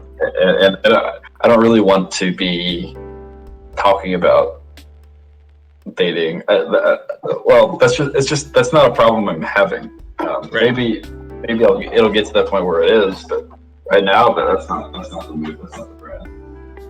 Just gotta tweet from the heart. That's my opinion. Honestly, sometimes if I don't know what to tweet about, I just quit for a day or two, and then something occurs to me. That's true. I've been thinking about, because I'm about to go travel to the Northeast. So any Boston/Philly people, hit me up. But yeah, I guess New York too. New York's in there. And so I've been thinking about just deactivating. Running that out for a week and see what happens. Yeah, you were doing what for a week? Just deleting Twitter for a week and seeing what it feels like. Yeah, no, I think it's a good idea. I don't think I'm gonna deactivate right now, but last week I deactivated after the show, which is good timing for me because I feel like hyping the show a little bit in the lead up.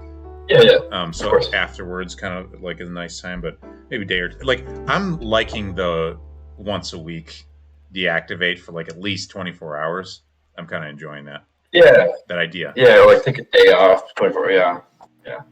History course is in Central Jersey. Drop in. Yeah.